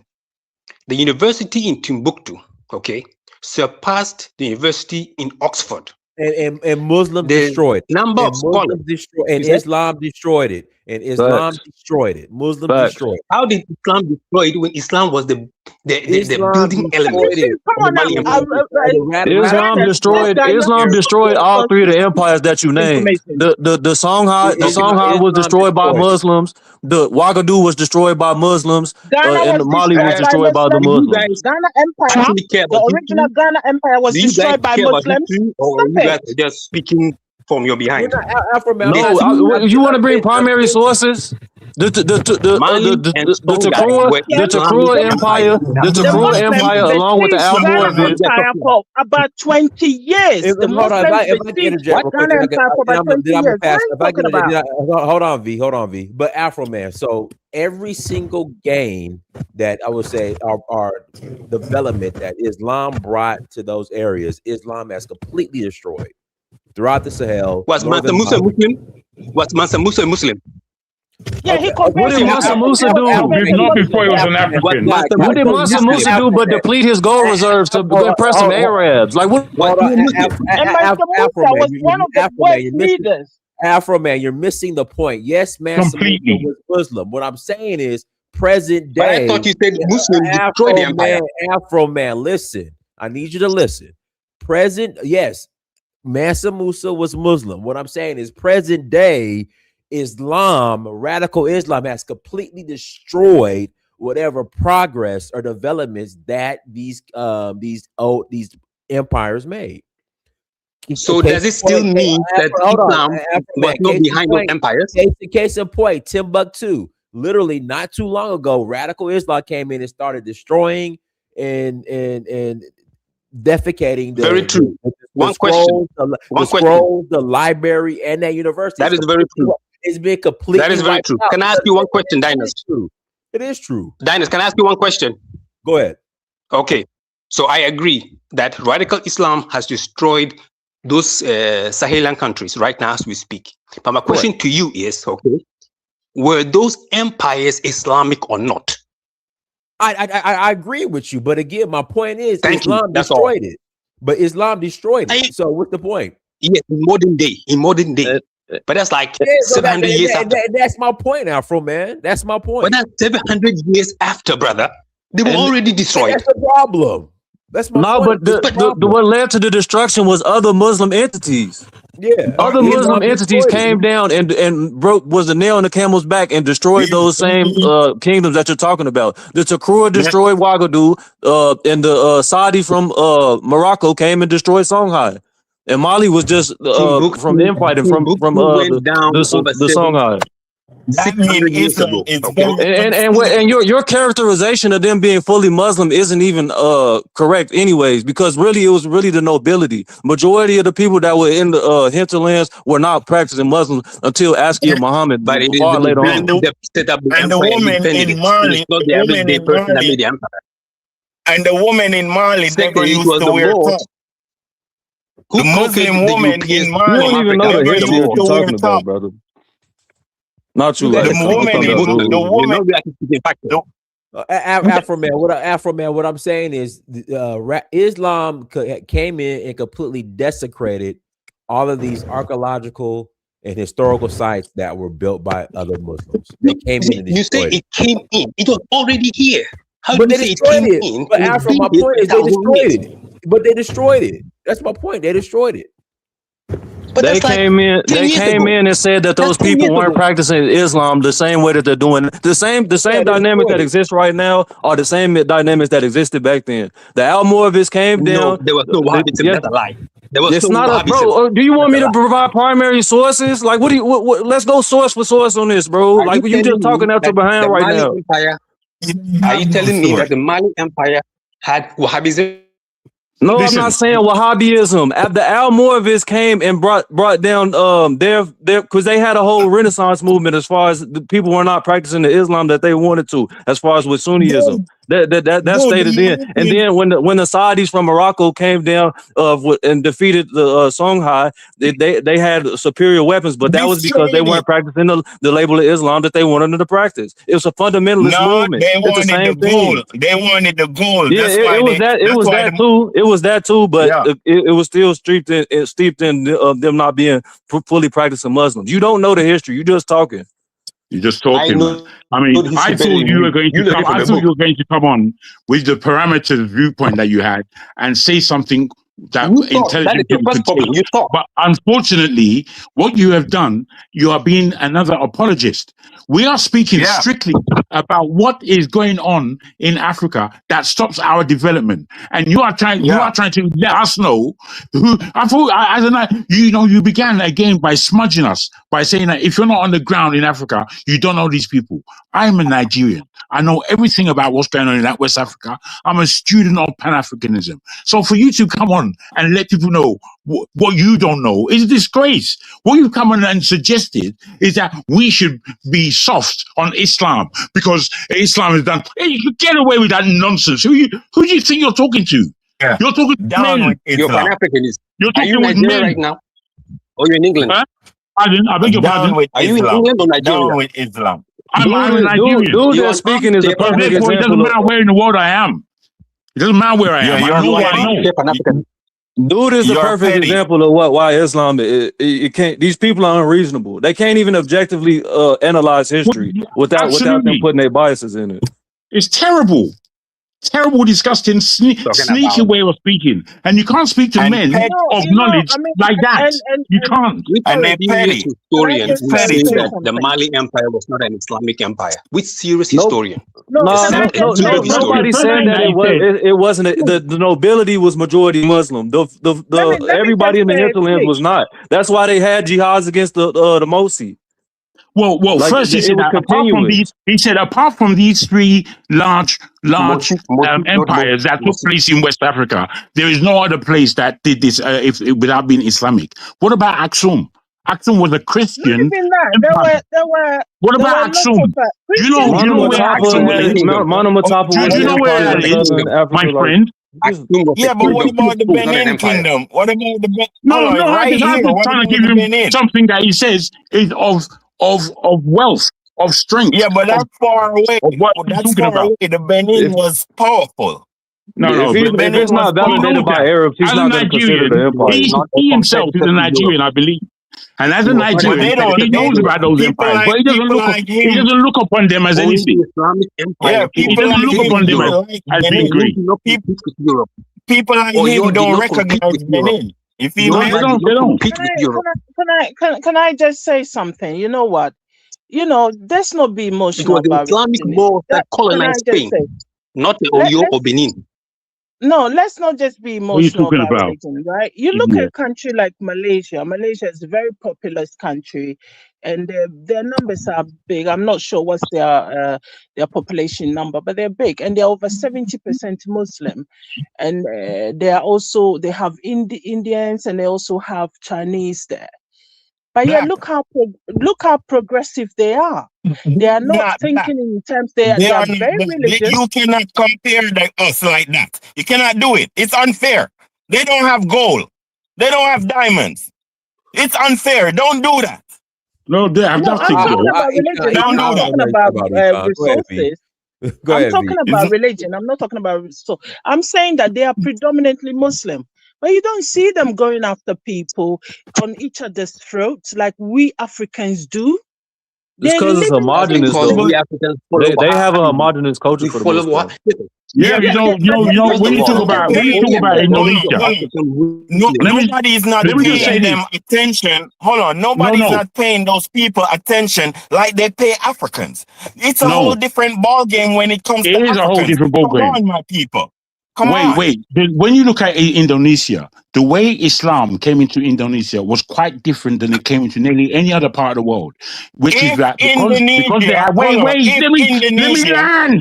Don't let me shout. I can.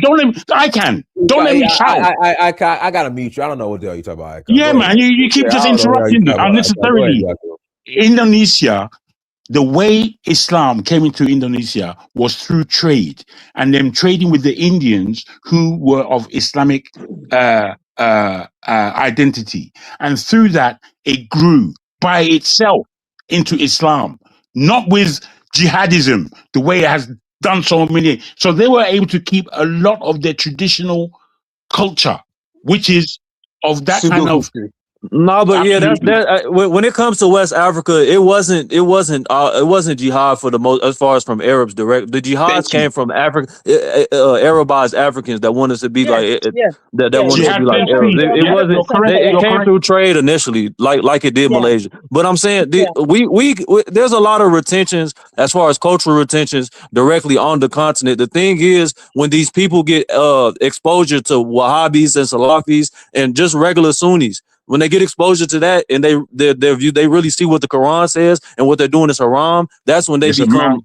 that's when they become extremists. But it's not even really extreme. They're just following what their book says. The book said, like brother said Absolutely. earlier, like the brother said that was speaking earlier, CD, I think his name was. He's not a Muslim. And according to Islam, you can't put no nation or no race or no ethnicity before the ummah. The ummah comes first. If you put anything above if you put anything before the ummah, that's haram. You can't do that.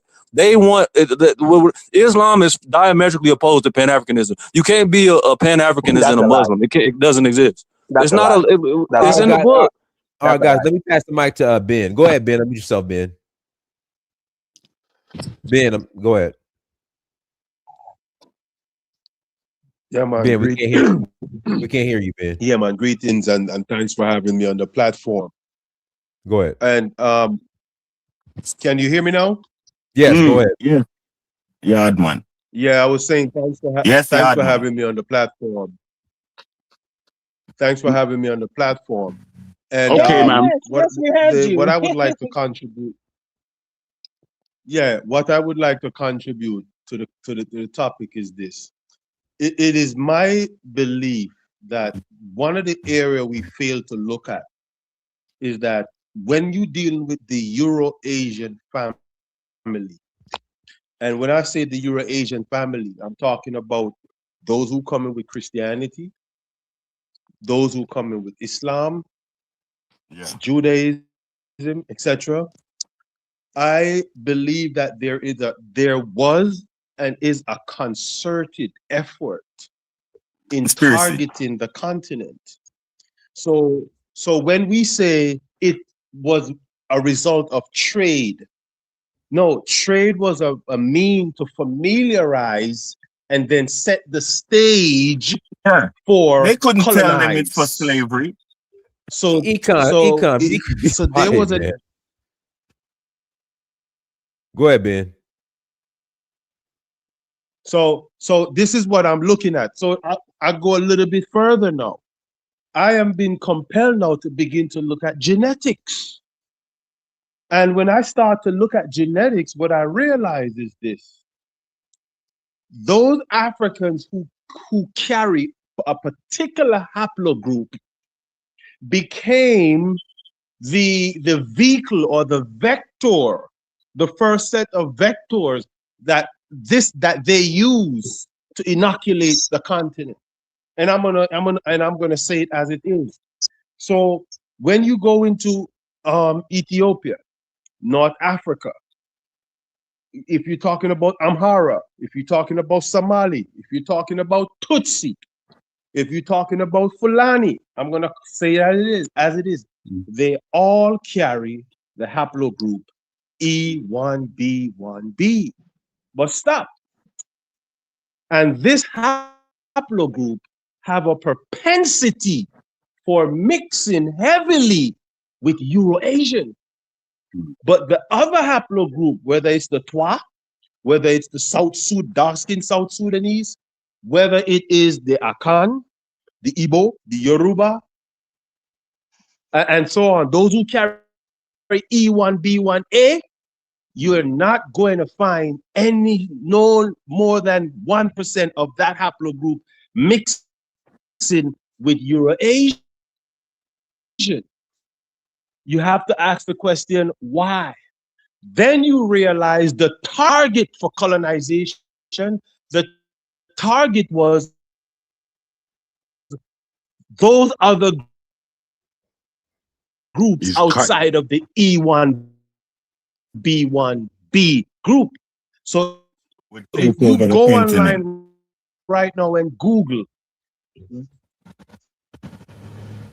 what percentage of E1B1B is found in European You can hear me? We can, but you're cutting in and Can out. y'all hear me? Can I ask you a quick question? Hello? Can I ask you a quick question, Ben? Is that digital? Yeah, I think he went down. Is that any better now? Is that any better now? We can hear you. It's better, but it's still cut out a little bit at the end. We hear you. Okay, is that better now? Can you hear me? Yeah, we hear We can hear you. We can hear you. It's He you must not get a hearing delay. us. Yeah, you must you're get not a hearing delay. us. Let me pass the J.A. Go ahead, J.A. All right. What he was saying was interesting, though. Interesting. No, all right. I'm hearing you. I'm hearing you all. Ben, your connection is Ben. You got issues with connection. Call back in. Hang up and call back in. Go ahead, Jay. Yeah, what the brother said there a second ago, I feel like he's trying to find a solution or answer to a question, but then he's not looking at the closeness of these populations to the areas where they The geography. That's what I'm saying. You see what I'm saying? The Twa Yeah, man. and them, they're in the center Congo. You look at Ethiopia, Eritrea, Somalia. These places are coastal regions right That's across right. the water from the Middle East. So Absolutely. these people are more. Mixing is a function of proximity. Proximity, yeah. You see what I'm saying? It's who you're close to that you interact with. Mixing. Now, the Twa and them, they have an issue too because they're more isolated and they're not competing with other people. They might have access to less of certain type of technologies. That's why, if you look at history, Egypt and Mesopotamia, if you go way back then, and some of these areas, they were always like competing against each other, sharing information, trading with each other.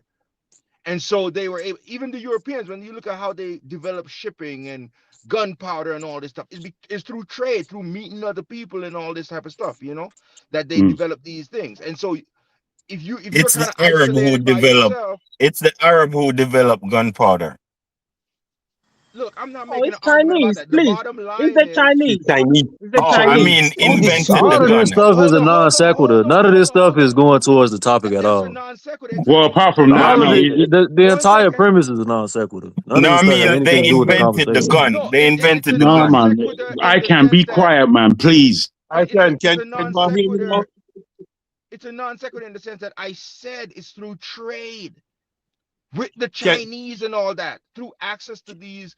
That's how they came across this information. If you look at their shipping, it's probably a similar thing. Oh, boy. You see what I'm saying? The only thing that I've got a problem with what the guy was trying to put to us was that when you are looking at these things, do you think at that time that they knew what gene pool you fell into, E1B1A or E1B1B? Yeah, from the beginning, the Arabs was always racist. The Romans taught them. No, not racist. Stop that. Wait, I'm trying to find out. They have always recognized let me put it to you. Oh, God. What is wrong with this guy? And wanted to change it.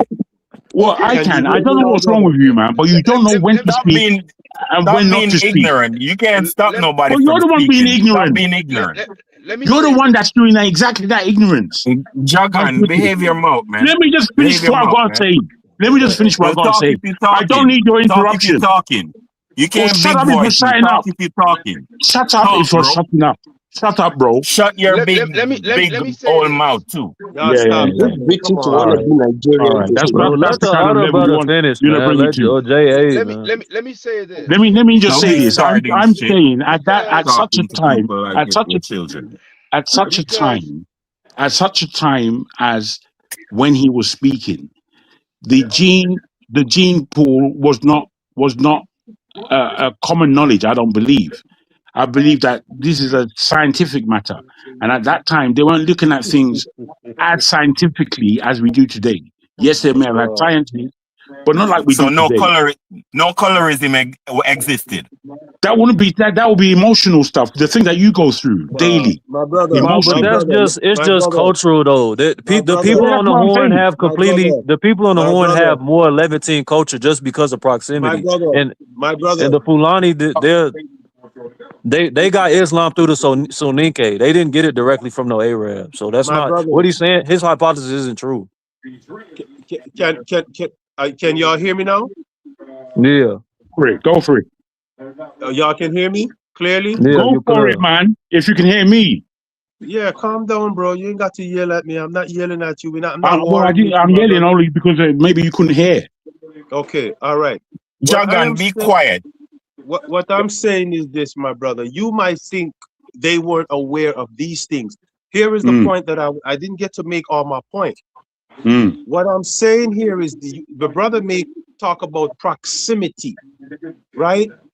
But that proximity is not the reason for that. What I observe, the thing is that when you look at history, you have to employ inductive and deductive reasoning to be able to identify these patterns, to formulate some form of to formulate, you would say, an hypothesis and then test it, whatever. Okay, how did you do yours? No, let me finish what I'm saying, King Man, because I sat in the audience and listened. See? So what I'm saying is this: when I look at, for example, when I look at small hats people, I just found out that 50% of their haplogroup is E1B1B, which is African. And when I talk about small hats, I'm talking about 30% Sephardi, 20% Ashkenaz, right? That's one. When I look in Italy, when I look in Greece, you will find up to 19%. When you go into, I think, Bosnia and Bulgaria, you find up to 20 to 40%. So when I ask myself the question, I say, okay, what drive this? What drive this admixture with these people? So for instance, when you look at Hitler, his haplogroup go back to North Africa. Einstein, North Africa, right? And so today now, when I look on the continent and look at the Sahel and look at the role the Tuaregs playing in that conflict and others who carry E1B1B, I notice a pattern. When I go into Ethiopia and check the history in Ethiopia and look at the havoc that the Amhara has wreaked on in terms of the darker skin Sudanese tribe in southern Ethiopia, some of who are carry Hawa haplogroup, some of those who carry AO haplogroup. I see, let me finish, bro. I see a pattern. When I look even at the Tutsis are more closely, they're not Bantu. They are mostly closely related to Amhara, Somali, and they also carry small hats DNA. And so when I look at this family of people, I notice they are some of the most racist people towards what they would call, those are recent events, brother. Those are recent events. Let me finish talking. Brother, let me finish, man. Until the white man finish. Brother. Let me finish, whether you agree with me or not. We don't own no information. I'm putting it on the table. If you disagree, you disagree. Me now fight with you. So just respect. So just let me finish what I say. Seeing? All right.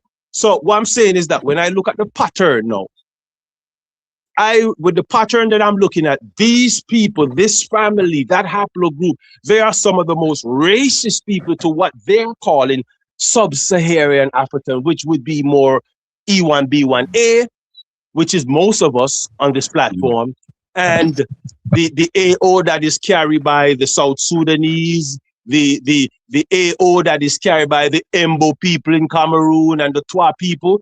They exhibit great level of prejudice against those kinds of people. So I have to draw the conclusion there is a pattern. There is a pattern. Can I ask you a question? Yes. No, it's very interesting. I respect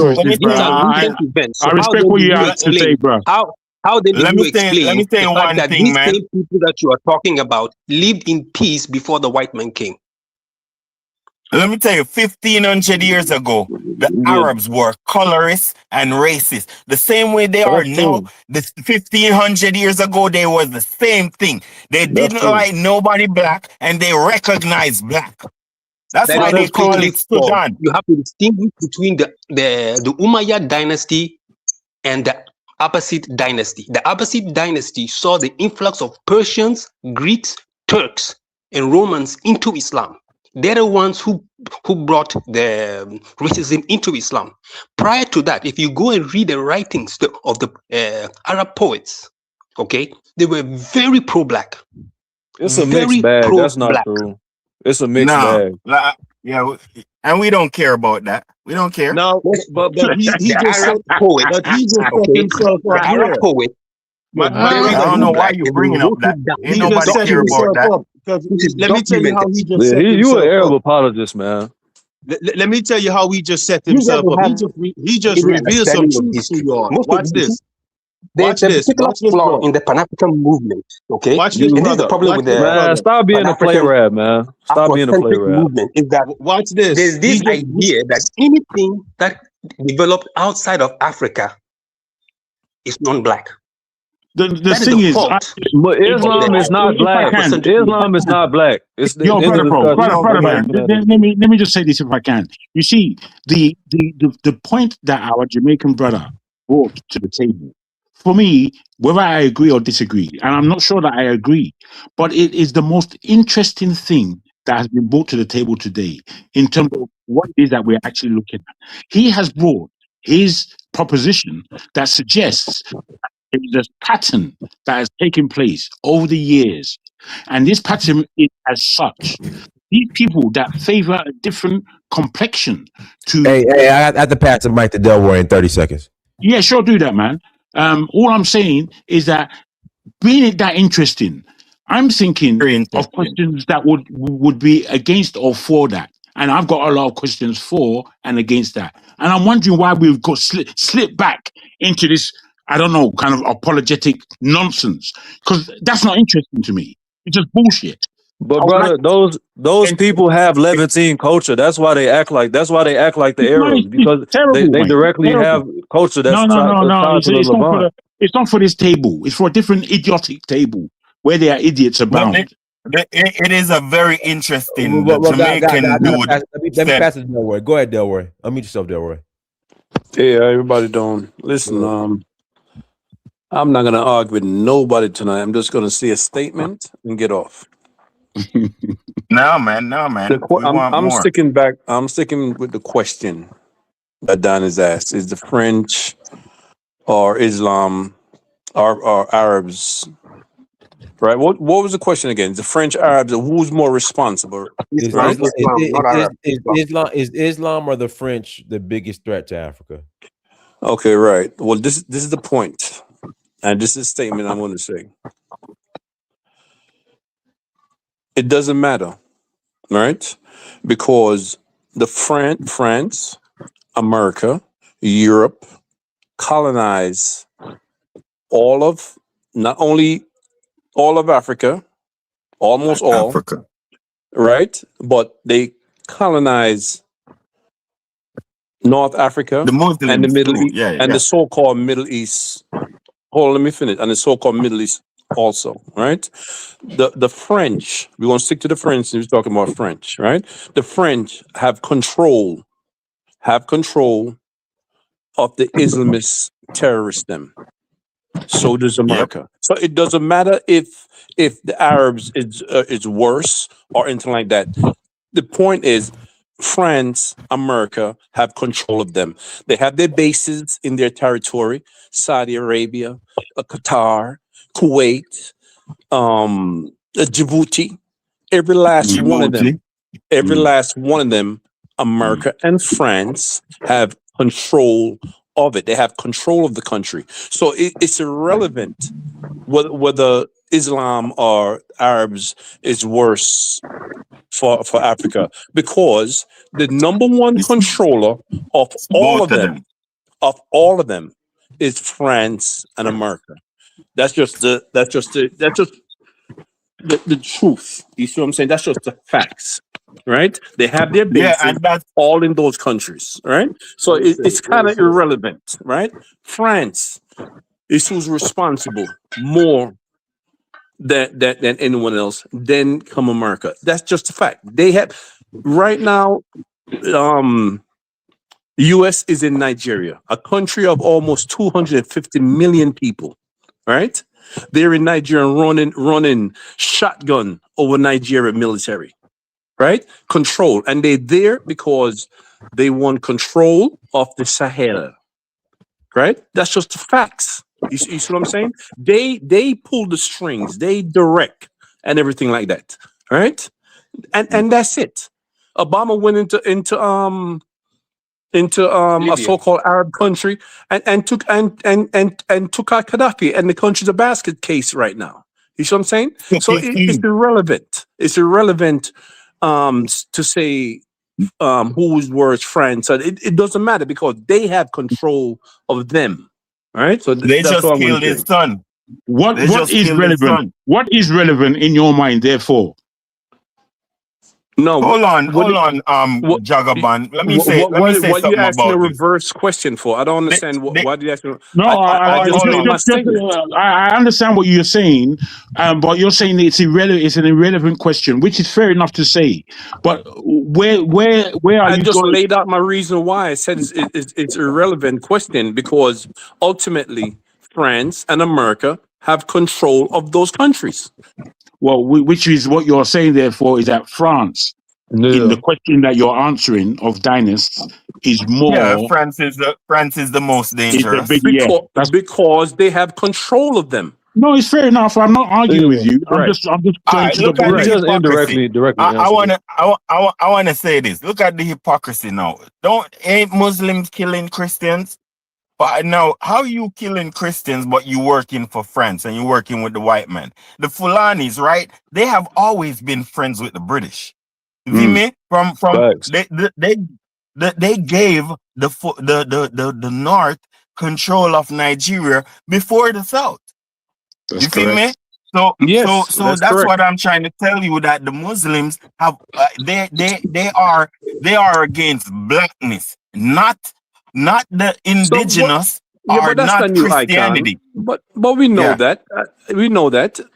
That's no good. But I'm just talking about the hypocrisy. But Christianity is the same. It's the same. No. What I believe I can was underlining. No, yeah. What I believe he was underlining is that in Nigeria, a country that should have grown and would have grown if the British had left the power, the South, which they educated, but they didn't educate the North. They left the North to their Islamic traits. But why would they do that, brother? Why would they do that? That was the plan. That is the psyche of what ICANN is saying. ICANN is saying, imagine the madness of leaving power with those that you supposedly did not control. But what was more purposeful to the British and the white was the oppression of the true black, of the real black. But not only that, they are proclaiming that they are against Christianity and Islam. But the white man is a Christian. Their master is a Christian. They are in awe. Are they loyal to England and France? You feel me? So that's the hypocrisy that we don't realize that the Muslims are playing with us. You feel me? They are just after black people, not because you are practicing voodoo. Hold on, because you're practicing voodoo or Christianity. It's because you're black. You're correct. Let me just come in quickly and say that's what my man is saying.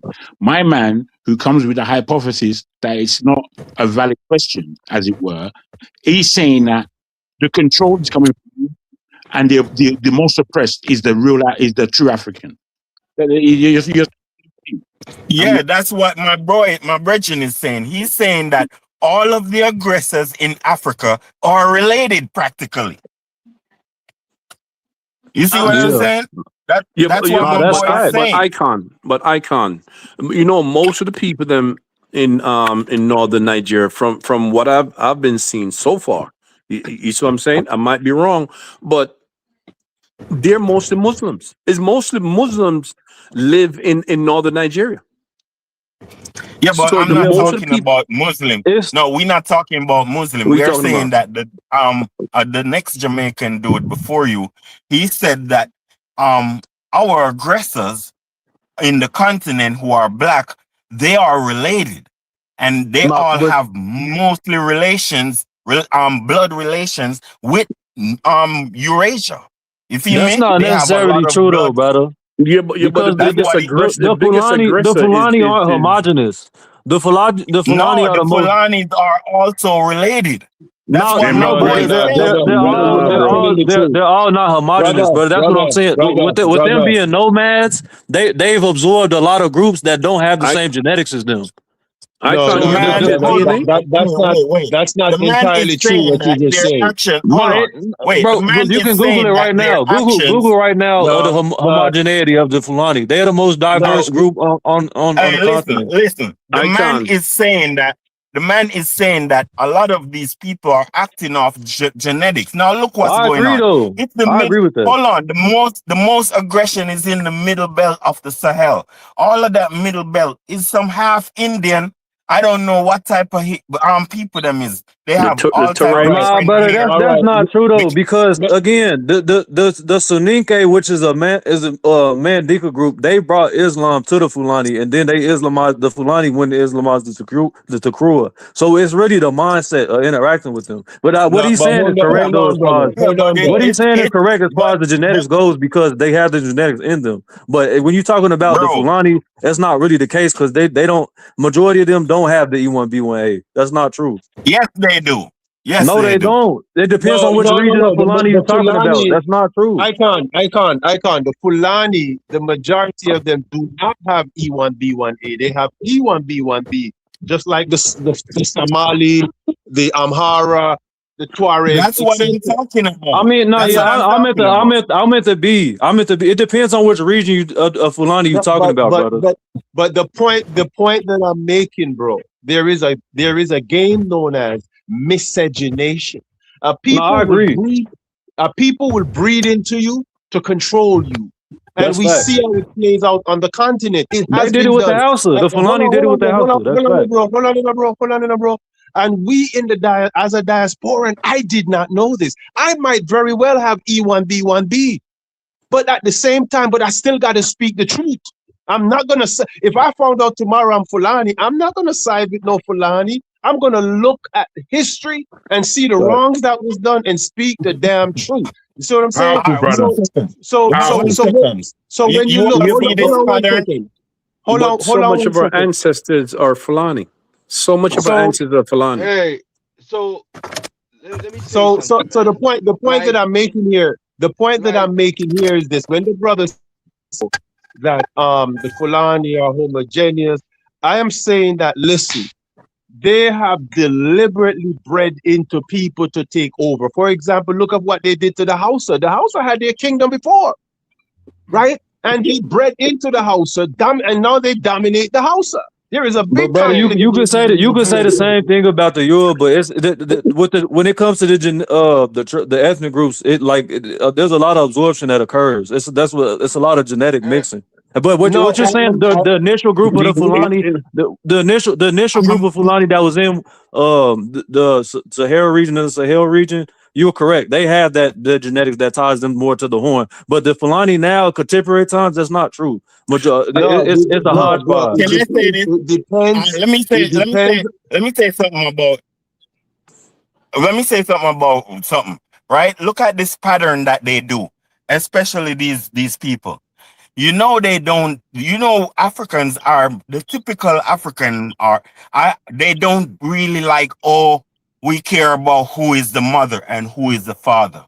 The African sometimes will. I don't know, the Christian ones, because of Christianity might, I don't know. But the African don't really care who is the mother and the father.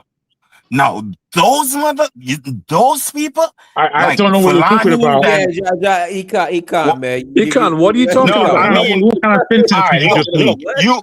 Look, what I'm saying is, He's talking about matrilineal descent. No, what I'm saying is they will kill you for their woman. Ah, But they will want to have children with your woman. They will marry your family, but they will kill the men in your group. That's You how talking they about do. Arabs? That's the You talking about Janjaweed. Arabs? That's what the Janjaweed is doing. So look, so they have this thing where they can say, "Oh, we know our father from 1,000 years ago." They can name That's a their fact. father from what. So they'd be like father. So all of you be talking like I'm talking foolishness and getting upset, but y'all need to get it. What I'm No, I saying get is what you're that's saying how their now. routine is. Let me ask you a question. So it don't matter who the mother is to them. It don't matter. Once you have the Arab father, they say you're an Arab. It don't matter how black you.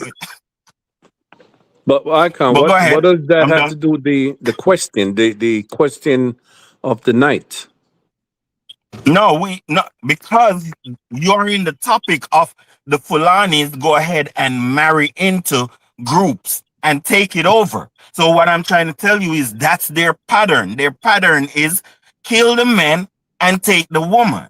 You feel me? And formulate their own group and make sure the woman don't teach her culture. They have to take Islam. You feel me? And have to take the father's culture. Which is 11-team pattern. That's correct. That pattern is The factual. Fulani What are the brother said is indigenous factual. Africans. Why I you don't know think? what you guys Why are you talking think about. that? Why you think why you think the Somalis are so hellish and behave like that? Because they are their father. They behaving like their daddies, the Arab daddies. This is pseudoscience. Well, I think all that is whether it's true or not is irrelevant. I'm telling you because we know who has the control. Well, hold on. We know who Hold controls. on. We got Bang. Bang's been waiting. Let me pass it to Bang. Go ahead, Bang. Oh no. Okay. How's everybody? Good. Go ahead, Bang. Go ahead and cook. Go ahead and cook. Go ahead and cook. Is Islam or the French is bad? Like which one is worse to Africa, right? No, let's just look at it. If you look at most countries in like when you like in South Africa, that guy majority. the brother has a theory. Can I speak? Hold on. Can I speak, man? I did not interrupt nobody for. Hold on. I did not interrupt nobody for almost 40 minutes, man. You guys were saying a lot of things. I didn't jump in, so please can I get my time respectfully? So when you look at like a majority of these countries in the south of Africa, from my understanding, it's not been ruled or dominated by Muslims. And then I don't see Africans from West Africa fleeing to go to like to go to these countries. We usually flee to go to America, Europe, and somewhere other countries, right? And okay, now like in my time, right? I'm in my early 30s, right?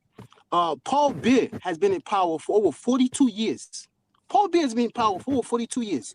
I have not seen an African president, especially in West Africa, that's Muslim, that's been in power for over 42 years.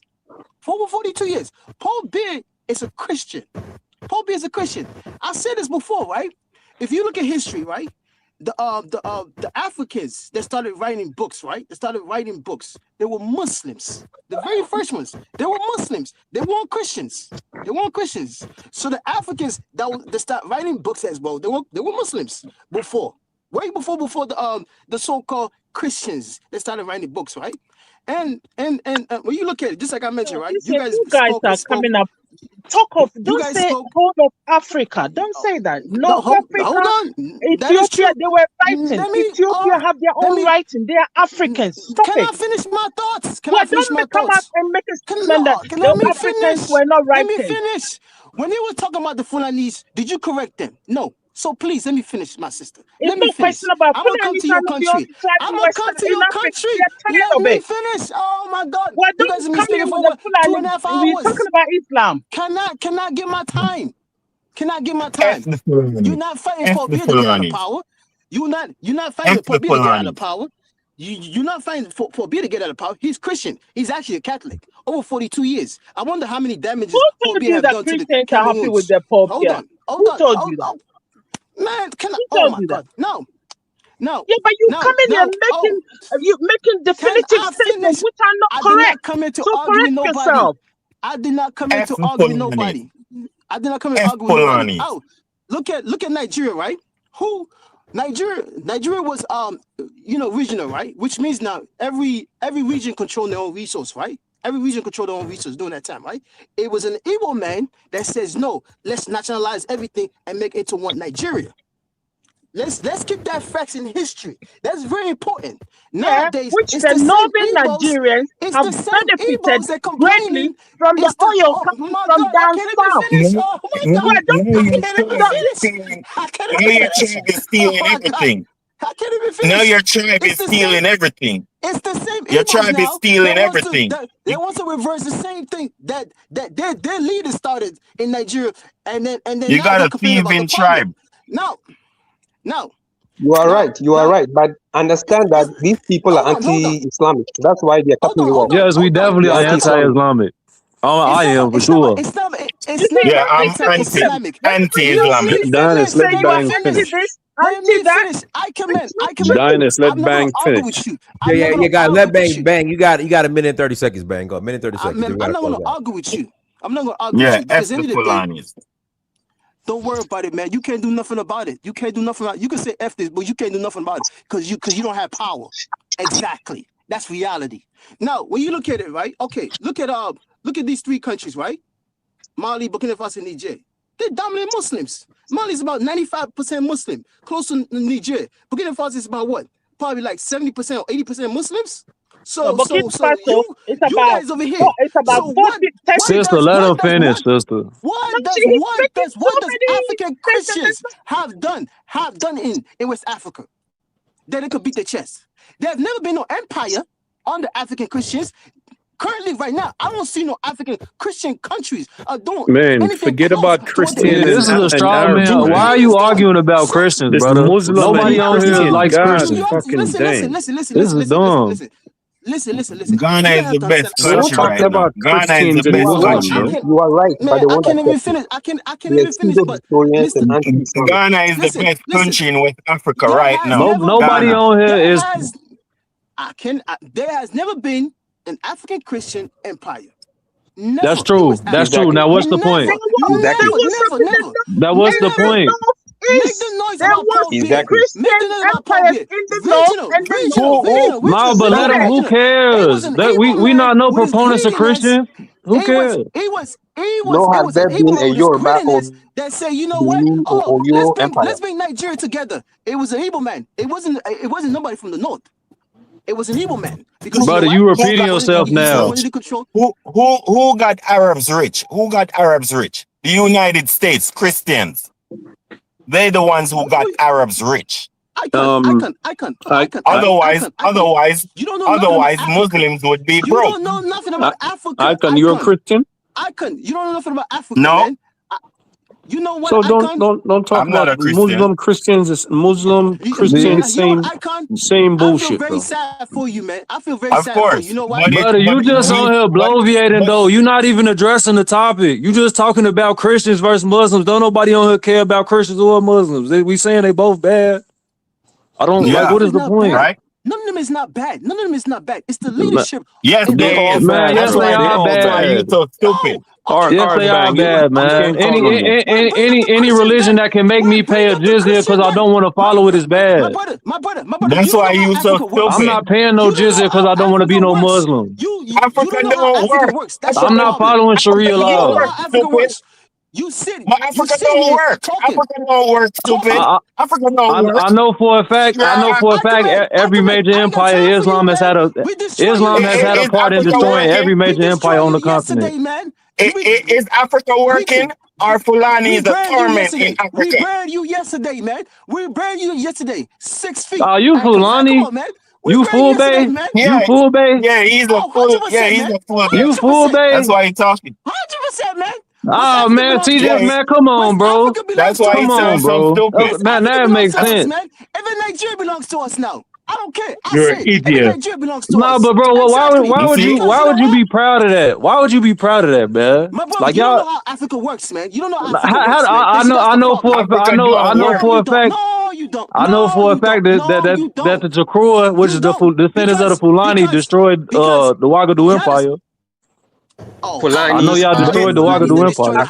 They destroy everything. No, y'all destroyed the Ouagadougou Empire. I know that. You don't They are destroyers. You all are destroyers. Anchorman, we destroyed you yesterday, man. We buried you 6 feet. You're a breaker. You're not a maker. You step your foot in West Africa, you have to deal with the Fulanis. There's nothing you can do about it.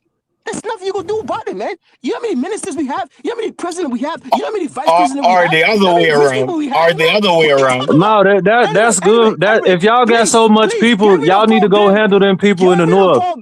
The Catholic y'all need to go handle them people in the north of Nigeria, man. Years. Yeah. Why you're the good old Catholic man? Get rid of him. Because I've never seen an African Muslim that's been in power for over 42 years. Get rid of him. He needs to go. He needs to go. I agree. He needs to go. I agree. Talk about, the Fulani are the one destroy Nigeria. No, it was a greedy Igbo man that wanted a regional. Nah, brother, come on, you can't. You see, you're not being objective. You're not being objective. You're not being objective. I don't care. You're not being objective. Now I don't care. All right, guys, guys, we're gonna close out. Everyone, thanks so much for joining. Like, share, subscribe. Danful offers unparalleled, curated, and bespoke tours across Africa for travelers seeking genuine cultural experiences, enriched with magnificent sights, sounds, and flavors found on the continent. Each trip is reliably curated to ensure visitors are gifted with an immersive and authentic adventure.